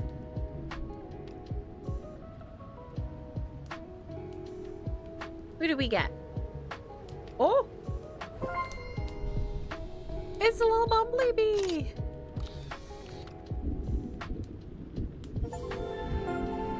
Bulby.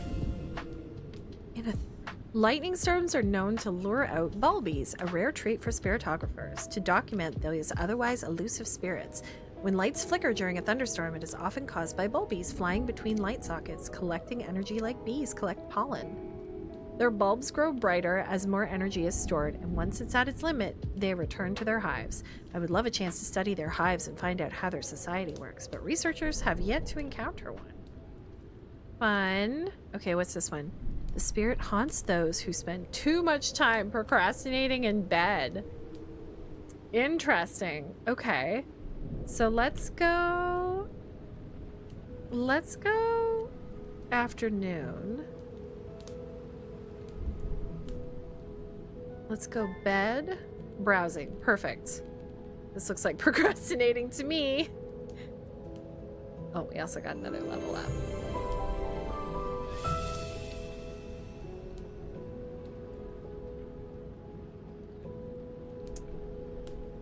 And then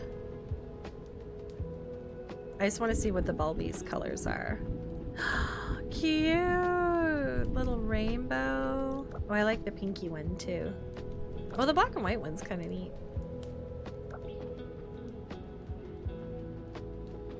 I guess the OG has the like purple. This is like the actual black.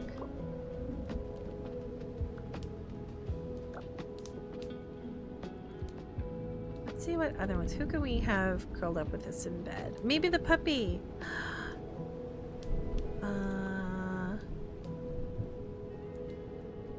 Yeah, let's do this one.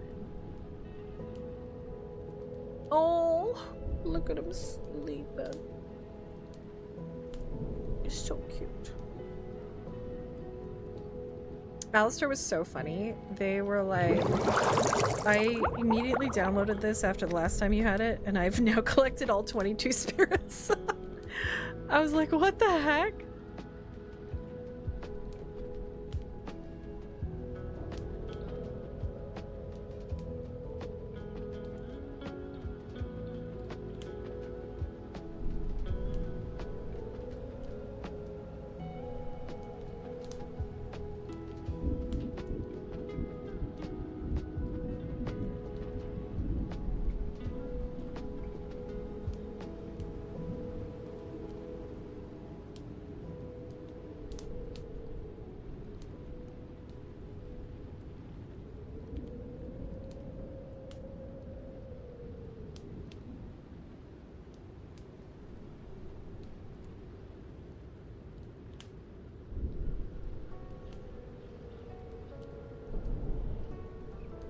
Oh, you know what? I just realized I want to turn off the thunders.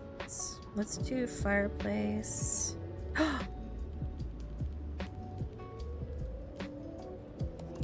Put some keyboard typing. Is that a little weird?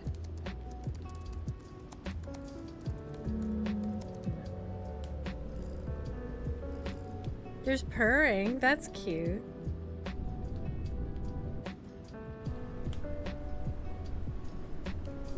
This is pink noise, apparently.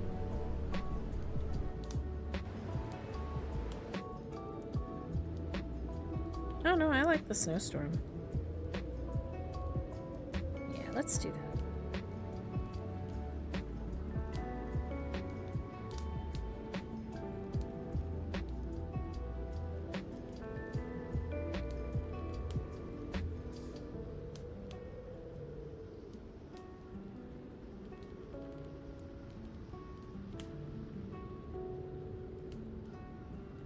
It's called Spirit City Lo-Fi. And they're working on like updates to it and stuff too. So they're gonna add more spirits and probably more like settings and decor and things like that. They seem to do like seasonal stuff because there's like Halloween stuff and Christmassy stuff.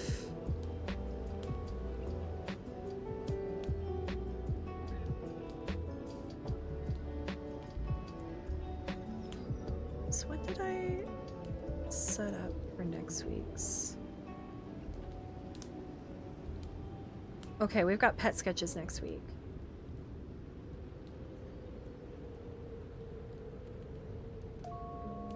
And then our 12-hour streams on the 31st. I just realized my dad might be coming to visit. I might have to move that.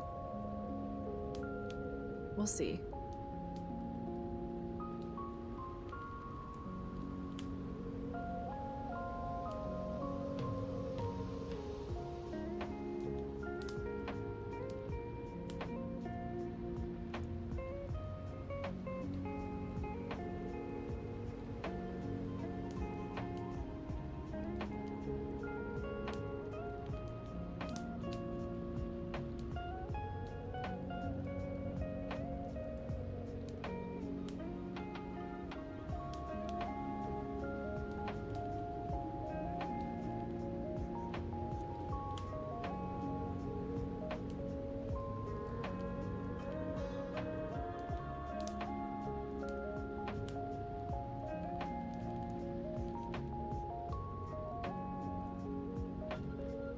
I want to change the music a little bit too.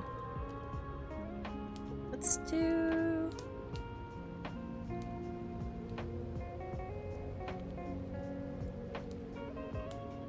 Lo-fi beats for spiritographers only.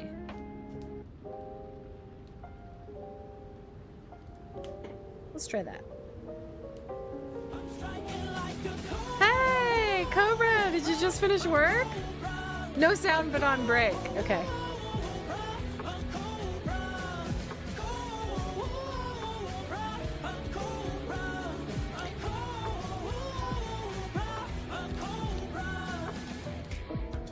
Yeah, we all miss Lefty.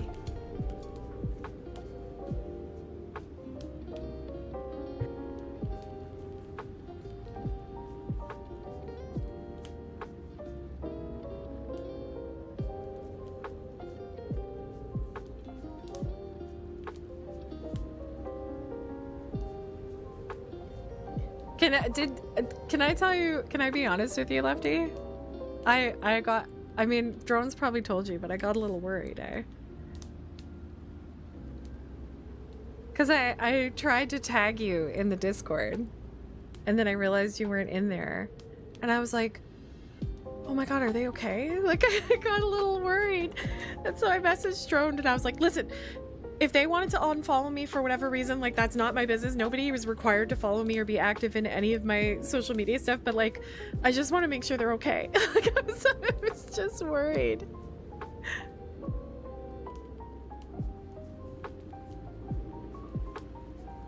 I know, I just want to make sure you're okay.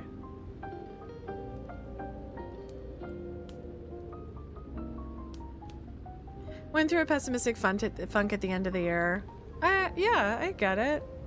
Honestly, I mean, we were talking about it a little yesterday because, like, we were doing a mental health thing yesterday. But, like, January's been really freaking rough for me. I canceled 2 out of 3 streams last week. And, like, when I am dealing with depression, it's not like an emotional response for me. I just get incredibly tired. Like, I just get so tired and I sleep. Yeah.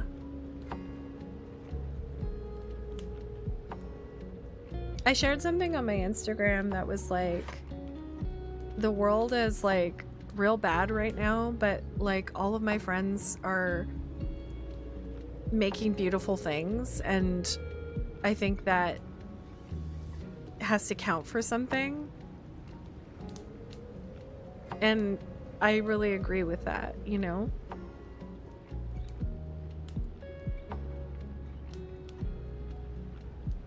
Then I spent the first half of the year organizing my bedroom. Hey, good for you. That's nice to have a little like refresh. I'm itching to do that in the office here, but I have to finish the paint job in the living room first. And it's driving me crazy because frankly, we still haven't put away the Christmas decorations. I've been like slowly taking them down. In fact, today was kind of the first day that I felt like productive enough to like do extra things. But probably because I slept so much last night. I didn't have only a dust colony under my bed. There was a HOA in a unit. Amazing. I moved in September and still haven't sorted my room. You're doing better than I am. Yeah. I evicted them all like a terrible person. Nah. Dust bunnies don't get squatters' rights. I'm sorry.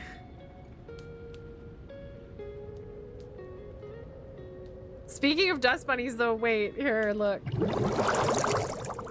I gotta put it here so you can see properly.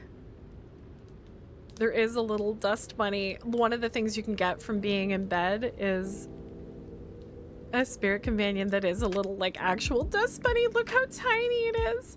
And they collect like buttons and stuff. This is my favorite, the little albino one, but I have the rainbow one too. Aren't they cute? Actually, I kind of like this little, well, do I like the pink one? The purple is like the original. Right? Exactly. I like this one.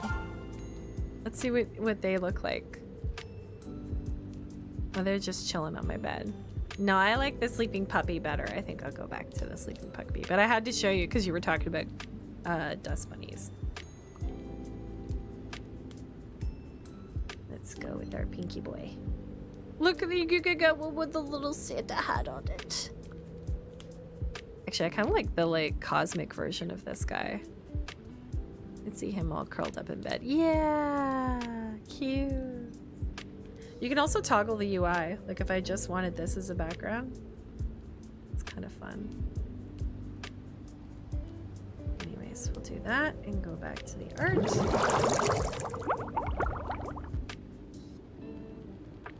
What time is it? Okay. 3:45. We got about like 45 more minutes or so, and then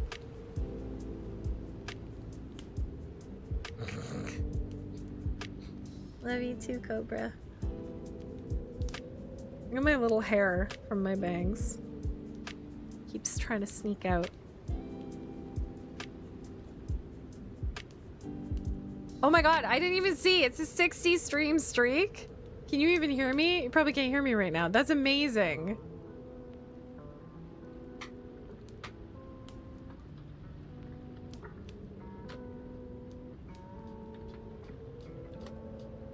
Like, hold up. I gotta look at something.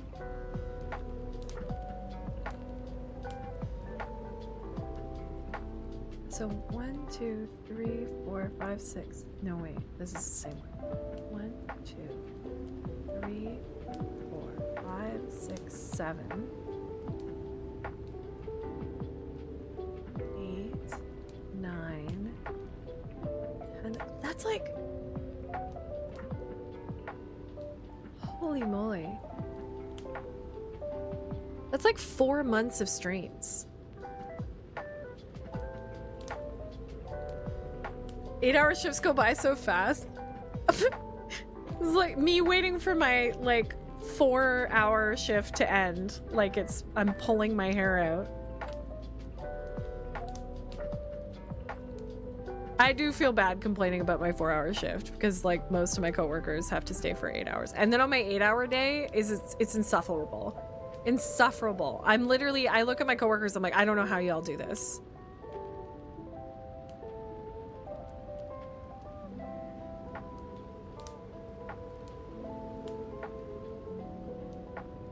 I'm so whiny.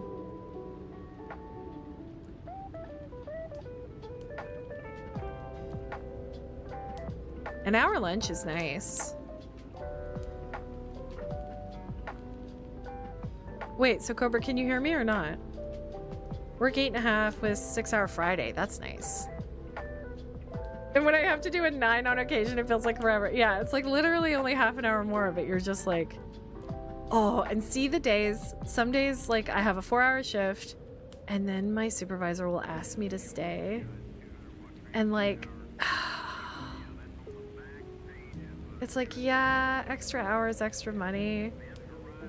But see, when I, like, can't go home, like, I'll agree to stay, and then when the time comes when I would normally go home, I am like, this is bullshit.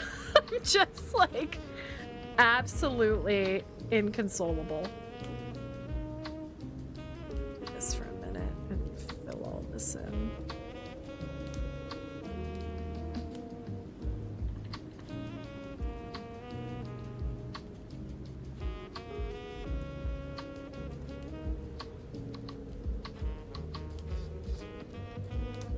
Do Taliesin and Ashley have any clothes? No, Ashley just had her hands.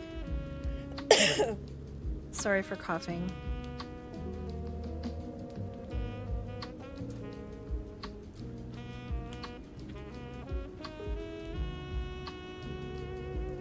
Don't like horns.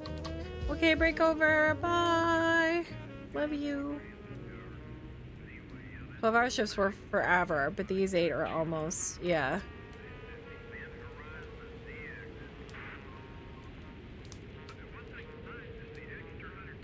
Okay, but I won't be here in an hour. I have to leave early today.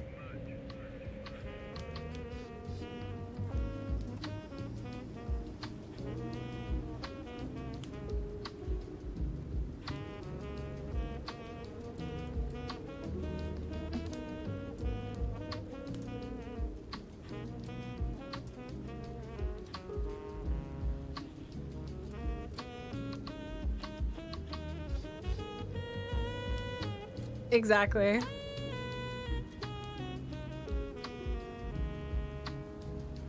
That's true. She would have been pissed if, like, I had ended before she could get her streak in. She's worked so hard on it. Remember last time when she missed it accidentally? Because she, like, slept or something?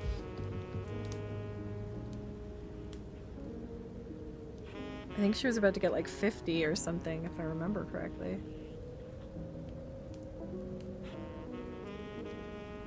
I wish it could be like Duolingo, where if you, like, I don't know, paid a fee or something, you could get your streak back. I'm gonna put that in the Twitch suggestions thing.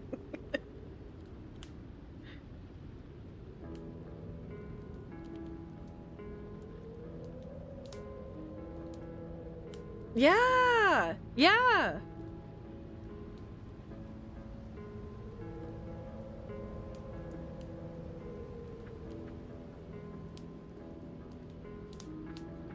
Imagine if it was like, okay, pay a certain amount of bits and then you can get your streak back. I think that would be a cool... add-on.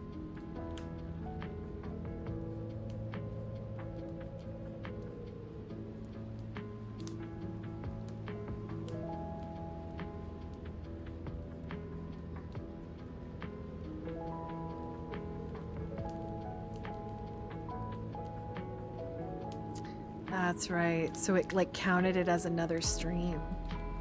Oof.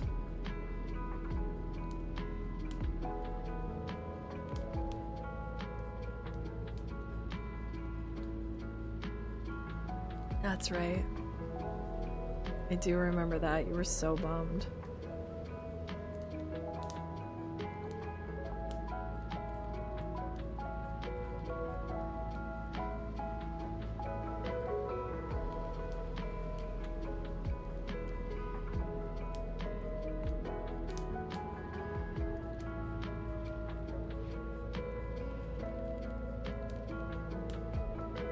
Yeah, I should show you the message I sent to Drones, because I was like, listen, I don't want to be weird or anything about anybody unfollowing me or leaving the Discord. Like, everybody, absolutely, I just want to know, I just want to make sure that everything's okay, and like, I haven't done anything or anything like that. Like, I was like, I just want to make sure they're okay. And Drones was like, oh, I can check if you want. And I was like, please, just so I don't worry.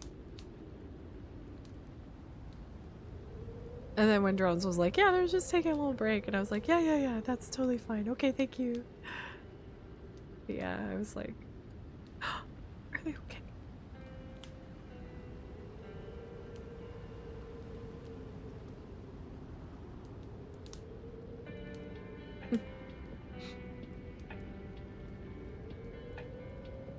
It's hard not to get, like, existential in these times, man.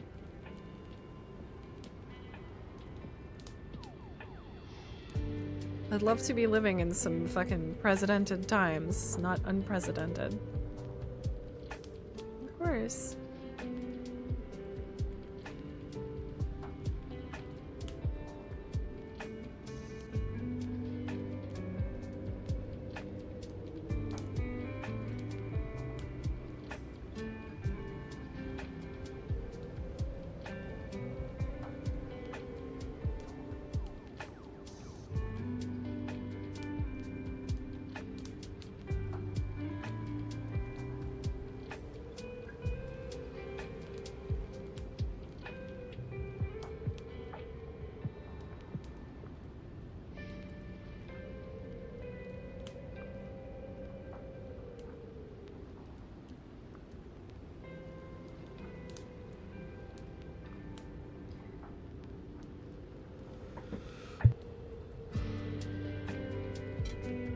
Yeah, we'll see how things go here. Part of why I was reorganizing was not only the new mattress, but in case I had to haul ass and move.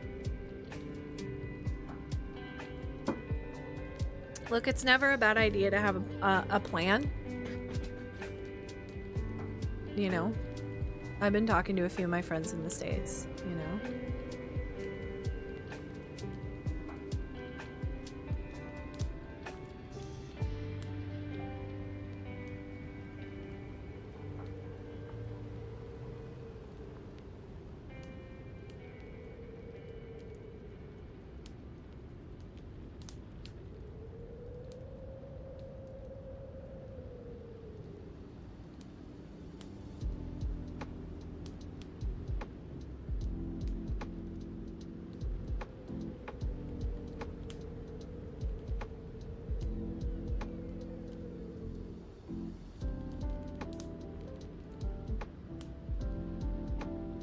I know some people who don't have plans. I'm concerned for them.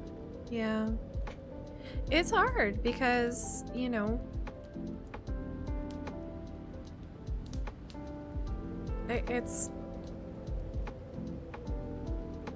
it's hard to believe things can get that bad, but at the same time, nobody believed we'd get to this point either. Do you know what I mean? So, and for those of us who did sort of see the writing on the wall versus,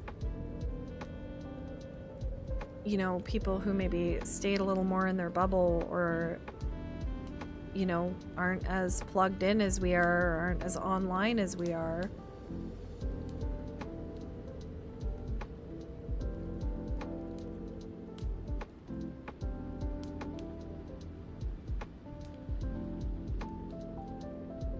Or who aren't as, you know, involved with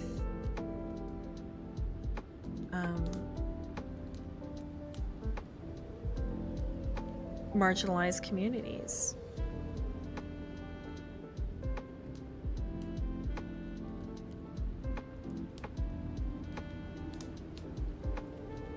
Both good and bad. Anything is possible. That's true.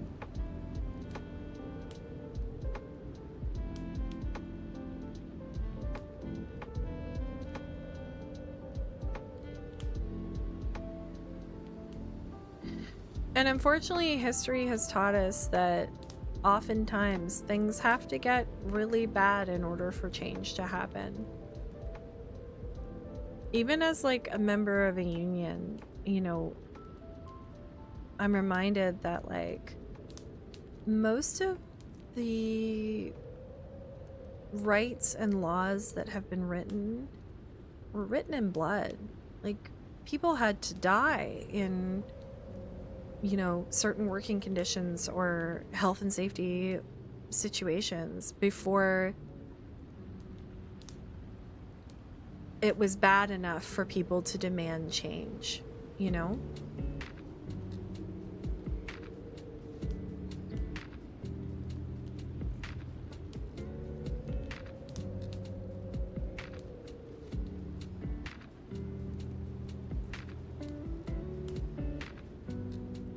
I'm also reminded of the Justin McElroy comment from 2016 where he was like, I'm just gonna get up and keep doing good and nobody gets to vote on that, you know? And that's also true and important.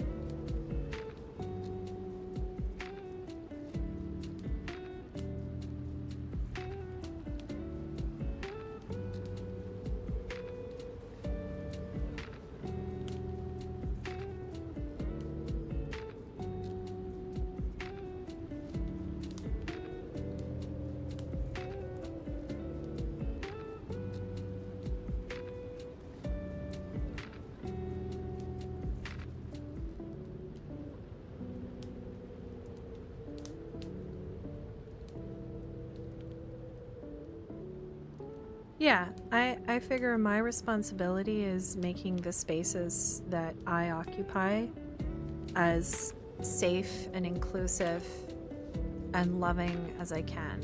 You know what I mean?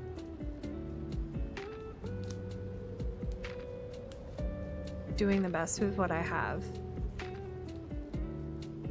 and taking care of myself in the meantime so that I can keep helping others.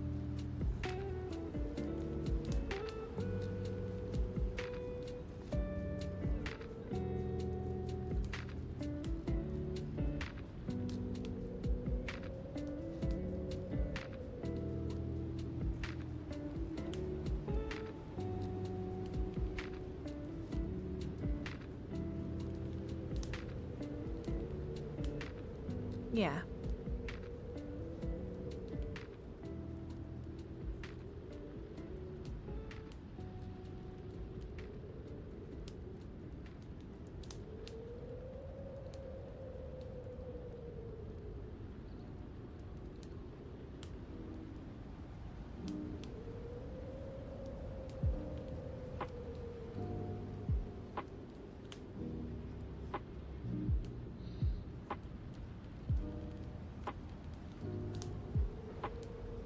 Hello there.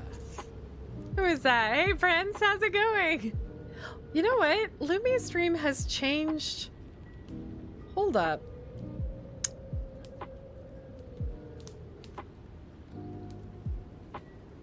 It's changed the screen that everything comes up on.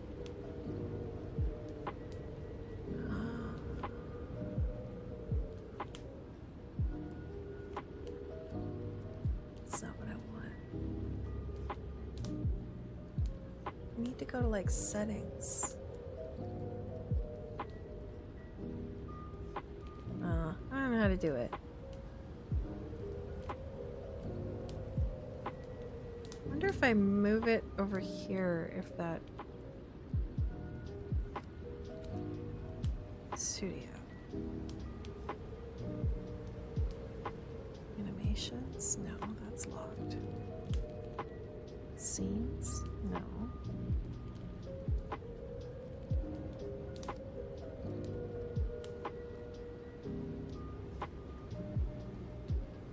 Overlays.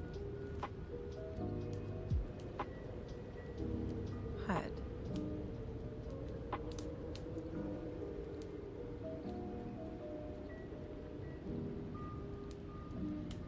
View items. How do I decide what screen it's on?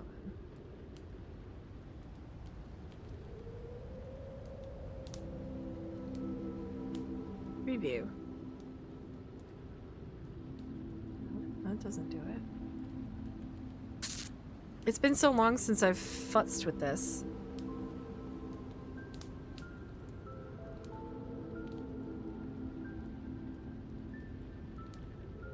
Effect. A swell with a horn makes you wish you weren't Put it on the same thing.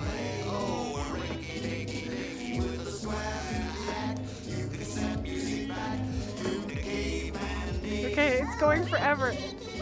I'm so sorry. I don't remember how to... Layer ID.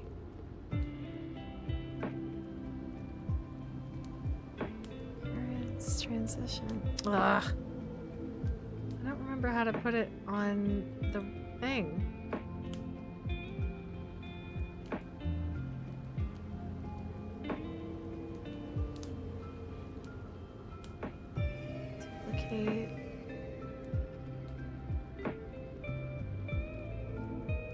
It's like decided to put it on the other screen and I don't know why.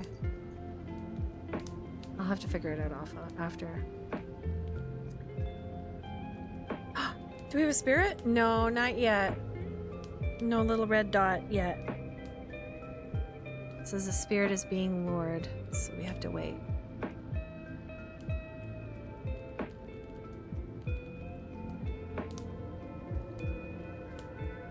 Hi, Prince. How's it going? Let me give you a shout out.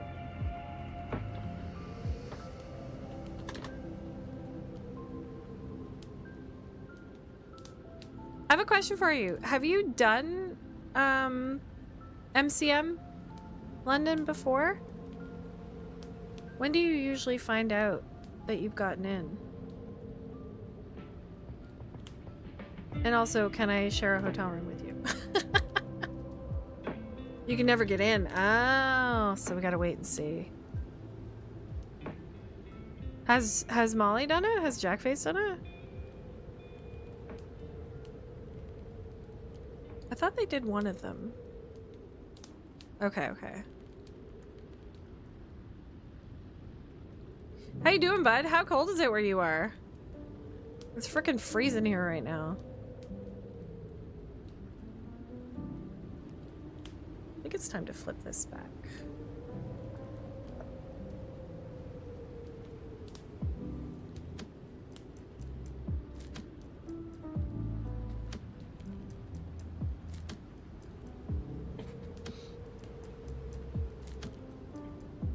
Better than it was over the weekend. It was like minus 30 on Saturday. Yeah, it's like it was like minus 26 this morning.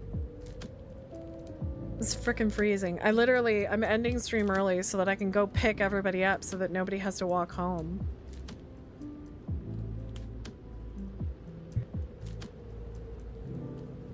Still have this stupid cough from Christmas.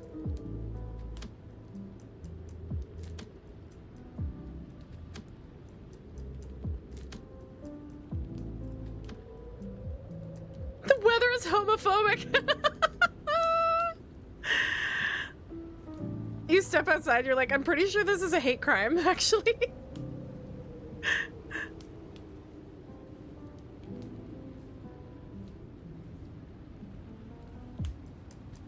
Straight up.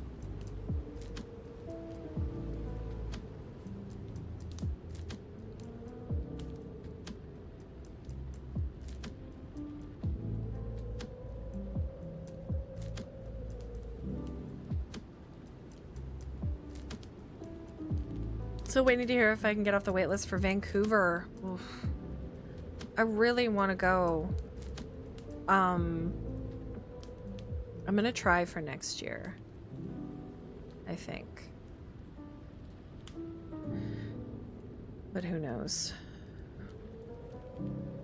The other option is I just go next year because my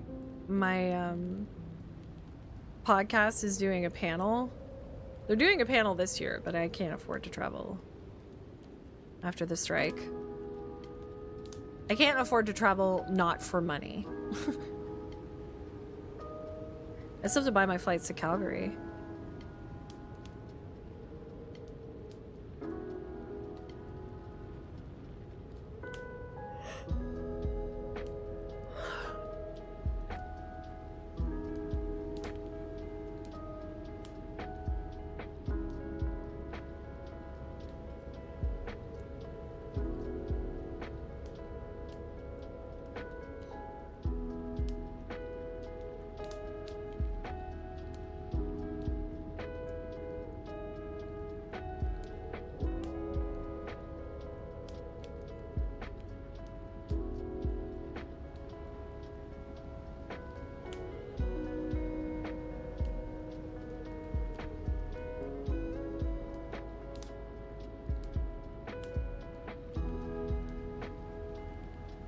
Oh my god, I'm getting sleepy, y'all. Hydrating and fixing dinner. Fabulous. What's for dinner? Cassie was saying they made curry, or not curry, chili earlier.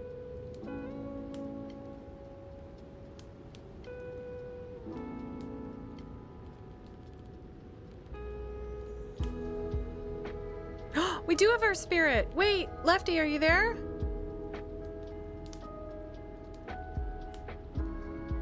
Got our spirit. Oops, I do.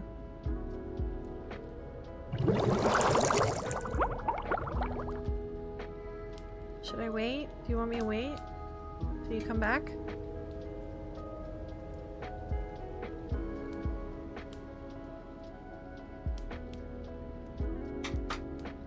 I just remembered I have these like coal Tic Tacs that I got in my stocking.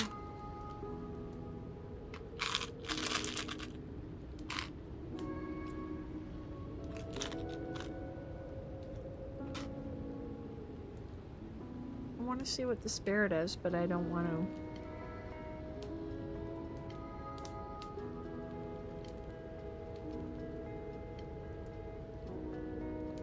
I want to see. Oh! Oh! What is that? Why does it have a post-it note stuck to it? Voo to do. Voo to do are the manifestations of unfinished tasks. Sleepless nights spent working and the energy of disorganization can eventually grow into a malevolent spirit.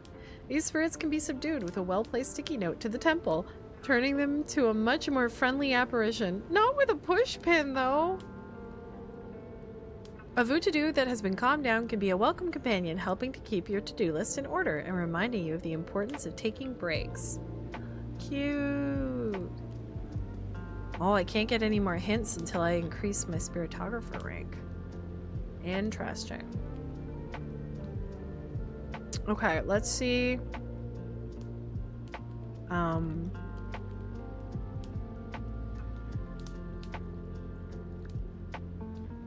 Oh, I feel bad.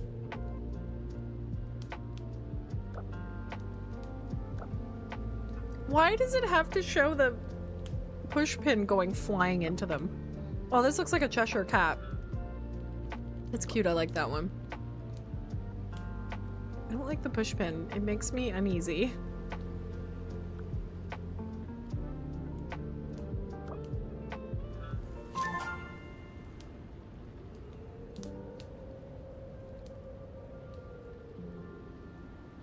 what can our next activity be? I haven't been by the fireplace in a little bit. I like him gaming by the fireplace.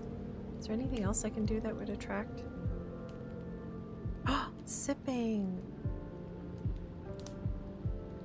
Yeah, let's do this one.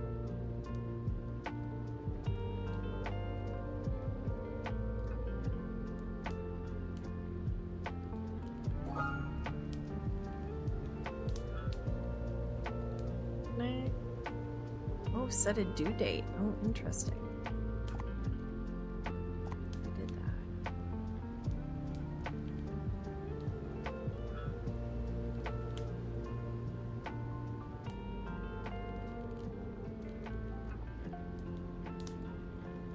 Okay. Let's go back to art. Put this back down here.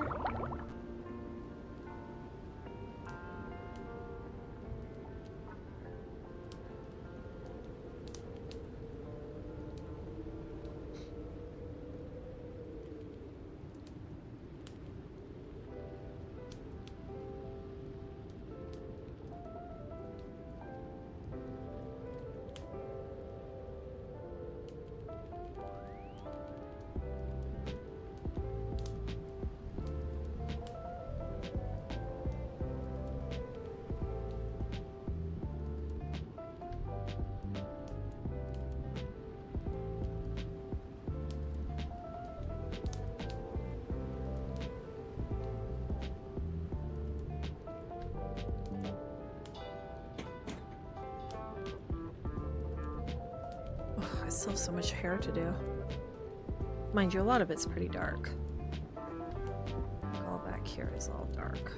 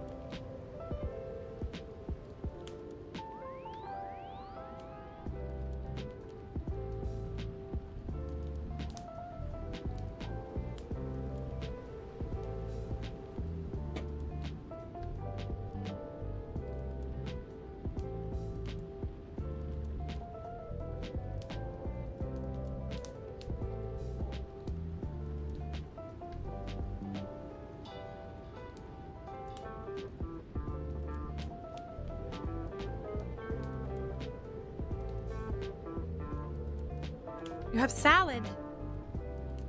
Do you want to see the spirit we got? I'm sorry. I should have waited, but I didn't. I have no excuse. I will show you the spirit we got. We got this little guy. Oh, I should have gone to the spirit decks. Wait. Okay, I'm gonna go back here. On pink. Go back to our spot. Go to the spirit decks. We got the Vootadoo. Vootadoos are the manifestation of unfinished tasks. Apparently they can be subdued with a well-placed sticky note to the temple, and I feel bad because if we go to it, every time you click on a different color, the push pin goes into its face. It's so sad. I don't like it.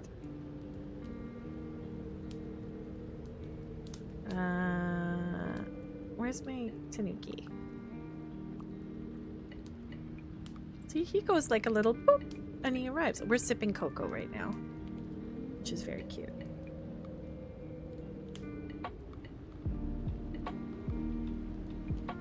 Yeah, apparently the spirit is a manifestation of unfinished tasks.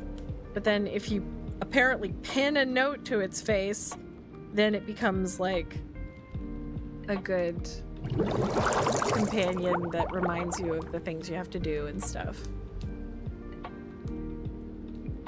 But I was just like, no.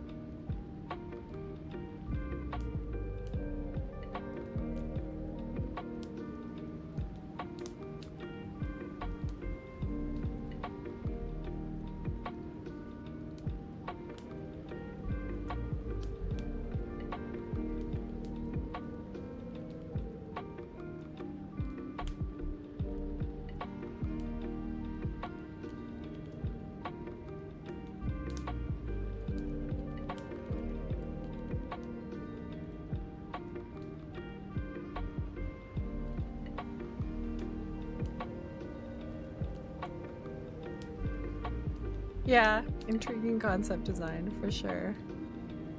They're like little Pokemon kind of companion things. They're really cute. I like the idea.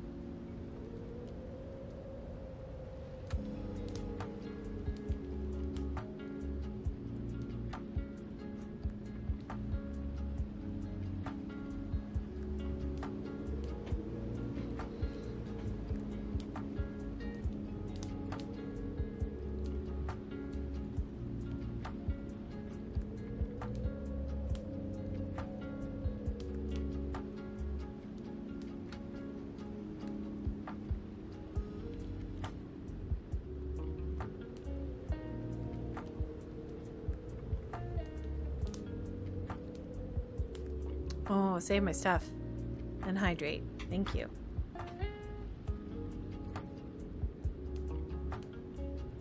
Cheers.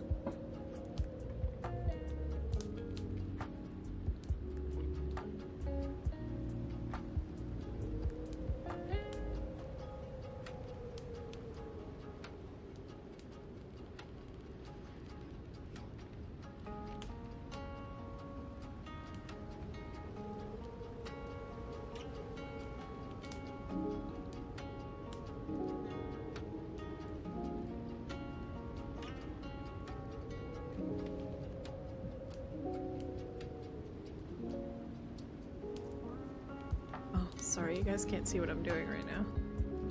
There we go.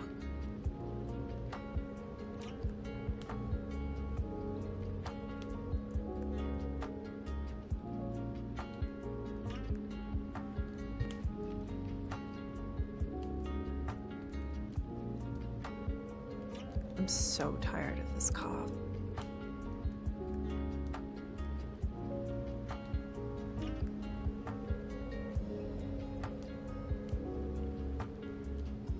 So I think for Thursday we have some dredge happening,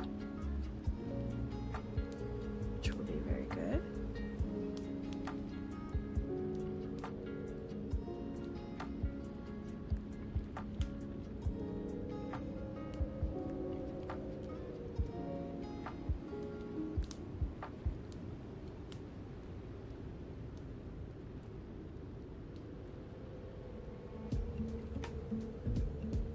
Maybe you answered, I forgot what you said. How was the end of the year and your new year? Oh, sorry. Yeah, I didn't answer you. End of the year was good. We went back to work after the strike. There still isn't a deal that's been negotiated, which has been frustrating for work-wise. Christmas was good. We surprised the kids really, really well with some bigger gifts that we were able to work out. We got my son a PS5 and we got my daughter some Apple AirPod Pros. And neither of them were expecting that, and they both like freaked out, which was very fun. And it's like my favorite thing to do at Christmas is like surprise them with something they didn't think we could get. In fact, my son believed in Santa. Like, we're a low-income family. I don't make any I've always been honest about that. But one year my son was like, well, Santa has to be real because mom and dad couldn't afford to get us a Switch. Which I always remind him and think is funny. So yeah, we had kind of said to the kids like, hey, I'm on strike. Christmas is going to be small, but I had set aside and we had made like some payment plans for the PlayStation and the AirPods beforehand. So we were able to do that, which was very, very fun and good. Also, my son used his own money and went shopping for us for the first time this year, and he was so proud of himself for the gifts that he picked out, which includes this lava lamp for my stream room. He got me a lava lamp, which is amazing, and I love it. We didn't do much over Christmas. I did get sick, like basically on Christmas. I called in to work on Christmas Eve because I was so sick. But I made it through Christmas. My son, unfortunately, had to work both Christmas Eve and Christmas Day. So we ended up having our Christmas dinner on Boxing Day, which worked out because I was less sick, thank God. And then on the Saturday, we went to my brother's and played games, had fun. We spent New Year's with my best friend and her husband. We played a game that we had bought them called Ransom Notes, where you get a whole bunch of magnetic little words and then you get a prompt that's like, you know, tell someone that you're being trampled by a donkey or something. But you can only use the words you have in your pile, kind of thing. So you have to be like, or no, a better one was like, tell someone their fly is down, right? And so you have to be like, hey soldier, check your weenie zone. Like, it's like stuff like that. So we had a blast doing that. My son works as a busboy at a Chinese restaurant that is open year round, so that's why he had to work Christmas Day, especially because he wanted New Year's Day and New Year's Eve off. So that was kind of the trade-off for it.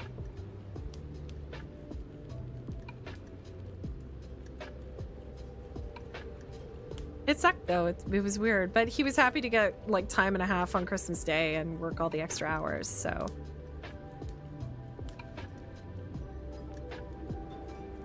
and then yeah, January's definitely been very very blah for me. My energy's been real low, but on Saturday I did take my son to his first college audition. He has 3 more after this one, but this was for the school that he really wants to get into. So keep your fingers crossed for him. I think this goes down a little bit.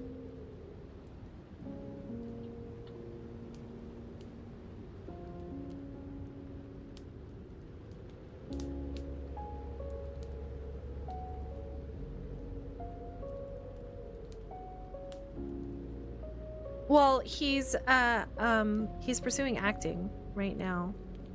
So he had to audition for their film and television program.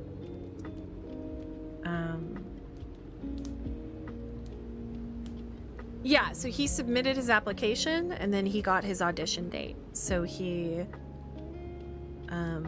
went down, I took him down on Saturday. He had to do 2 contrasting monologues and like a little bit of an interview. They all did a warm-up. Everybody who was there for their audition did a warm-up together.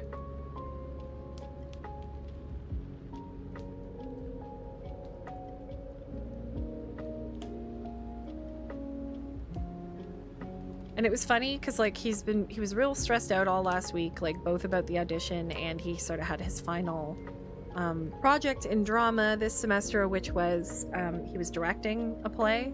And also running the sound and light board for like for the whole show. There were 5 plays total. No, 6 plays total. 3 grade 11, 3 grade 12. And so he was pretty stressed out about that. And so when I brought him to his audition, he was like really quiet all morning, and then he came out from his audition and he was like, oh my God, like a huge weight is off my chest. Like, so sorry, Mom, I've been so quiet. And then like he immediately started being like, I said this. Do you think that's okay? I did this. Do you think that's okay? And he started like just going over with a fine-tooth comb like everything he had done and like second guessing himself. And I was just like, buddy, you gotta let it go because it's out there now. You've done what you can. Like, he's like, but they only have a 25% acceptance rate. And I was like, that just means there was about 20 people there. You just had to be in the top 5, bud. And I'm pretty sure you were good. He was like, okay. Like, he's, you know, it's a lot of work. Plus, he has an exam this week. He has another audition next weekend, for which he can't do one of the monologues that he chose. So he has to choose another monologue to do because he had done one from a film, and this audition doesn't. It has to be from a play. So yeah, he's got a lot on his plate for sure. And then my daughter's got exams this week.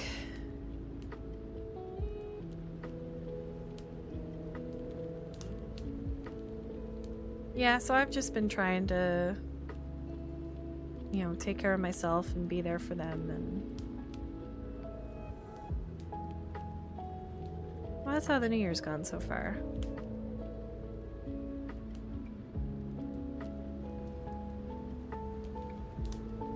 Thank you.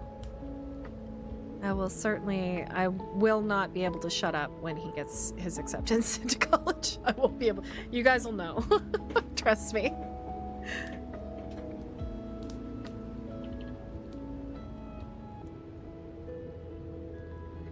It's weird though, for both me and my husband to think of him like not being at home.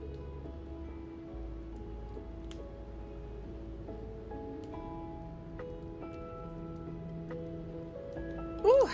Oh my gosh, friends. It is 4:30. That is exactly 3 hours. I am going to... Oh, we haven't leveled up yet. Oh, I didn't do a daily timer.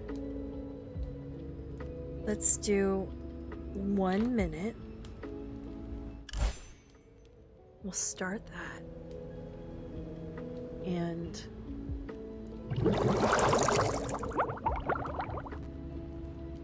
we'll count down while I'm trying to get more points so I can level up and get another hint.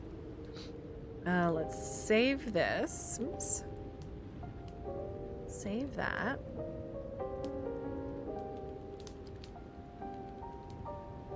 Oh, I'm gonna snooze this ad because we're gonna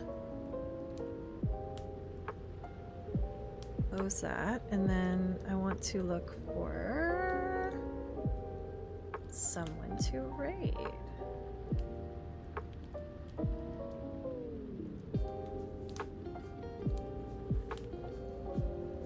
You're welcome, Lefty. It was good to see you again. So, that.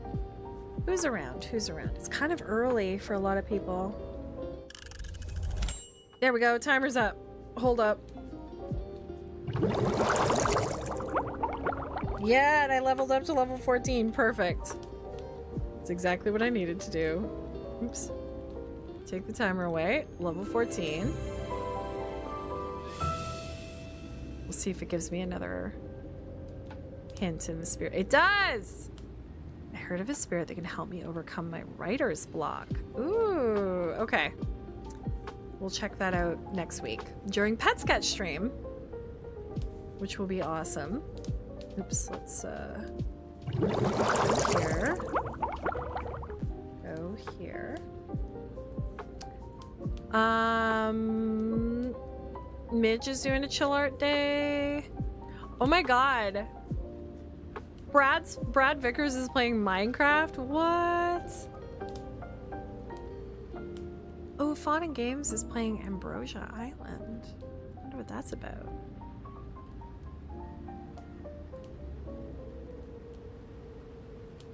Ooh, there's lots of people on, actually.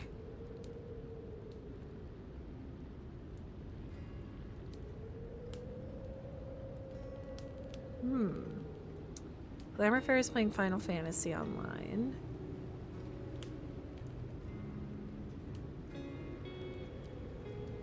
Just happy you could catch me? I'm happy too. The cow has been up for a bit. Stumped. Is playing Reyes. Oh, Crafty Gaming Leaders in Spirit Lo-Fi. Work along promos. Perfect. That's so funny. I've rated them a lot recently too, though. I kind of want to see Brad play Minecraft.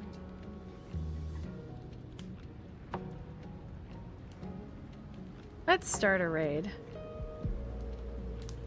Join me for the raid if you can. There is our follow raid message and our sub raid message.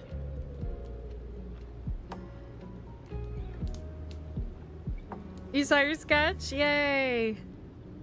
Alright, thank you so much everybody who came and hung out with me today. I had a lot of fun. It was nice and chill. I'll be back on Thursday for some Dredge DLC. We'll see if we can avoid that narwhal. Oh, I'm so glad, Lefty. I'm so glad you like it. I'm gonna slap on the end credits, say thank you for all the subs that were gifted by Alistair, holy moly. And all the other love and support. Y'all are wonderful. Please take care of yourself. Give Brad lots of love. We'll see if he can check out Minecraft, see how it goes. Take care of yourselves. Have a wonderful rest of your night, and I will see you soon. Bye!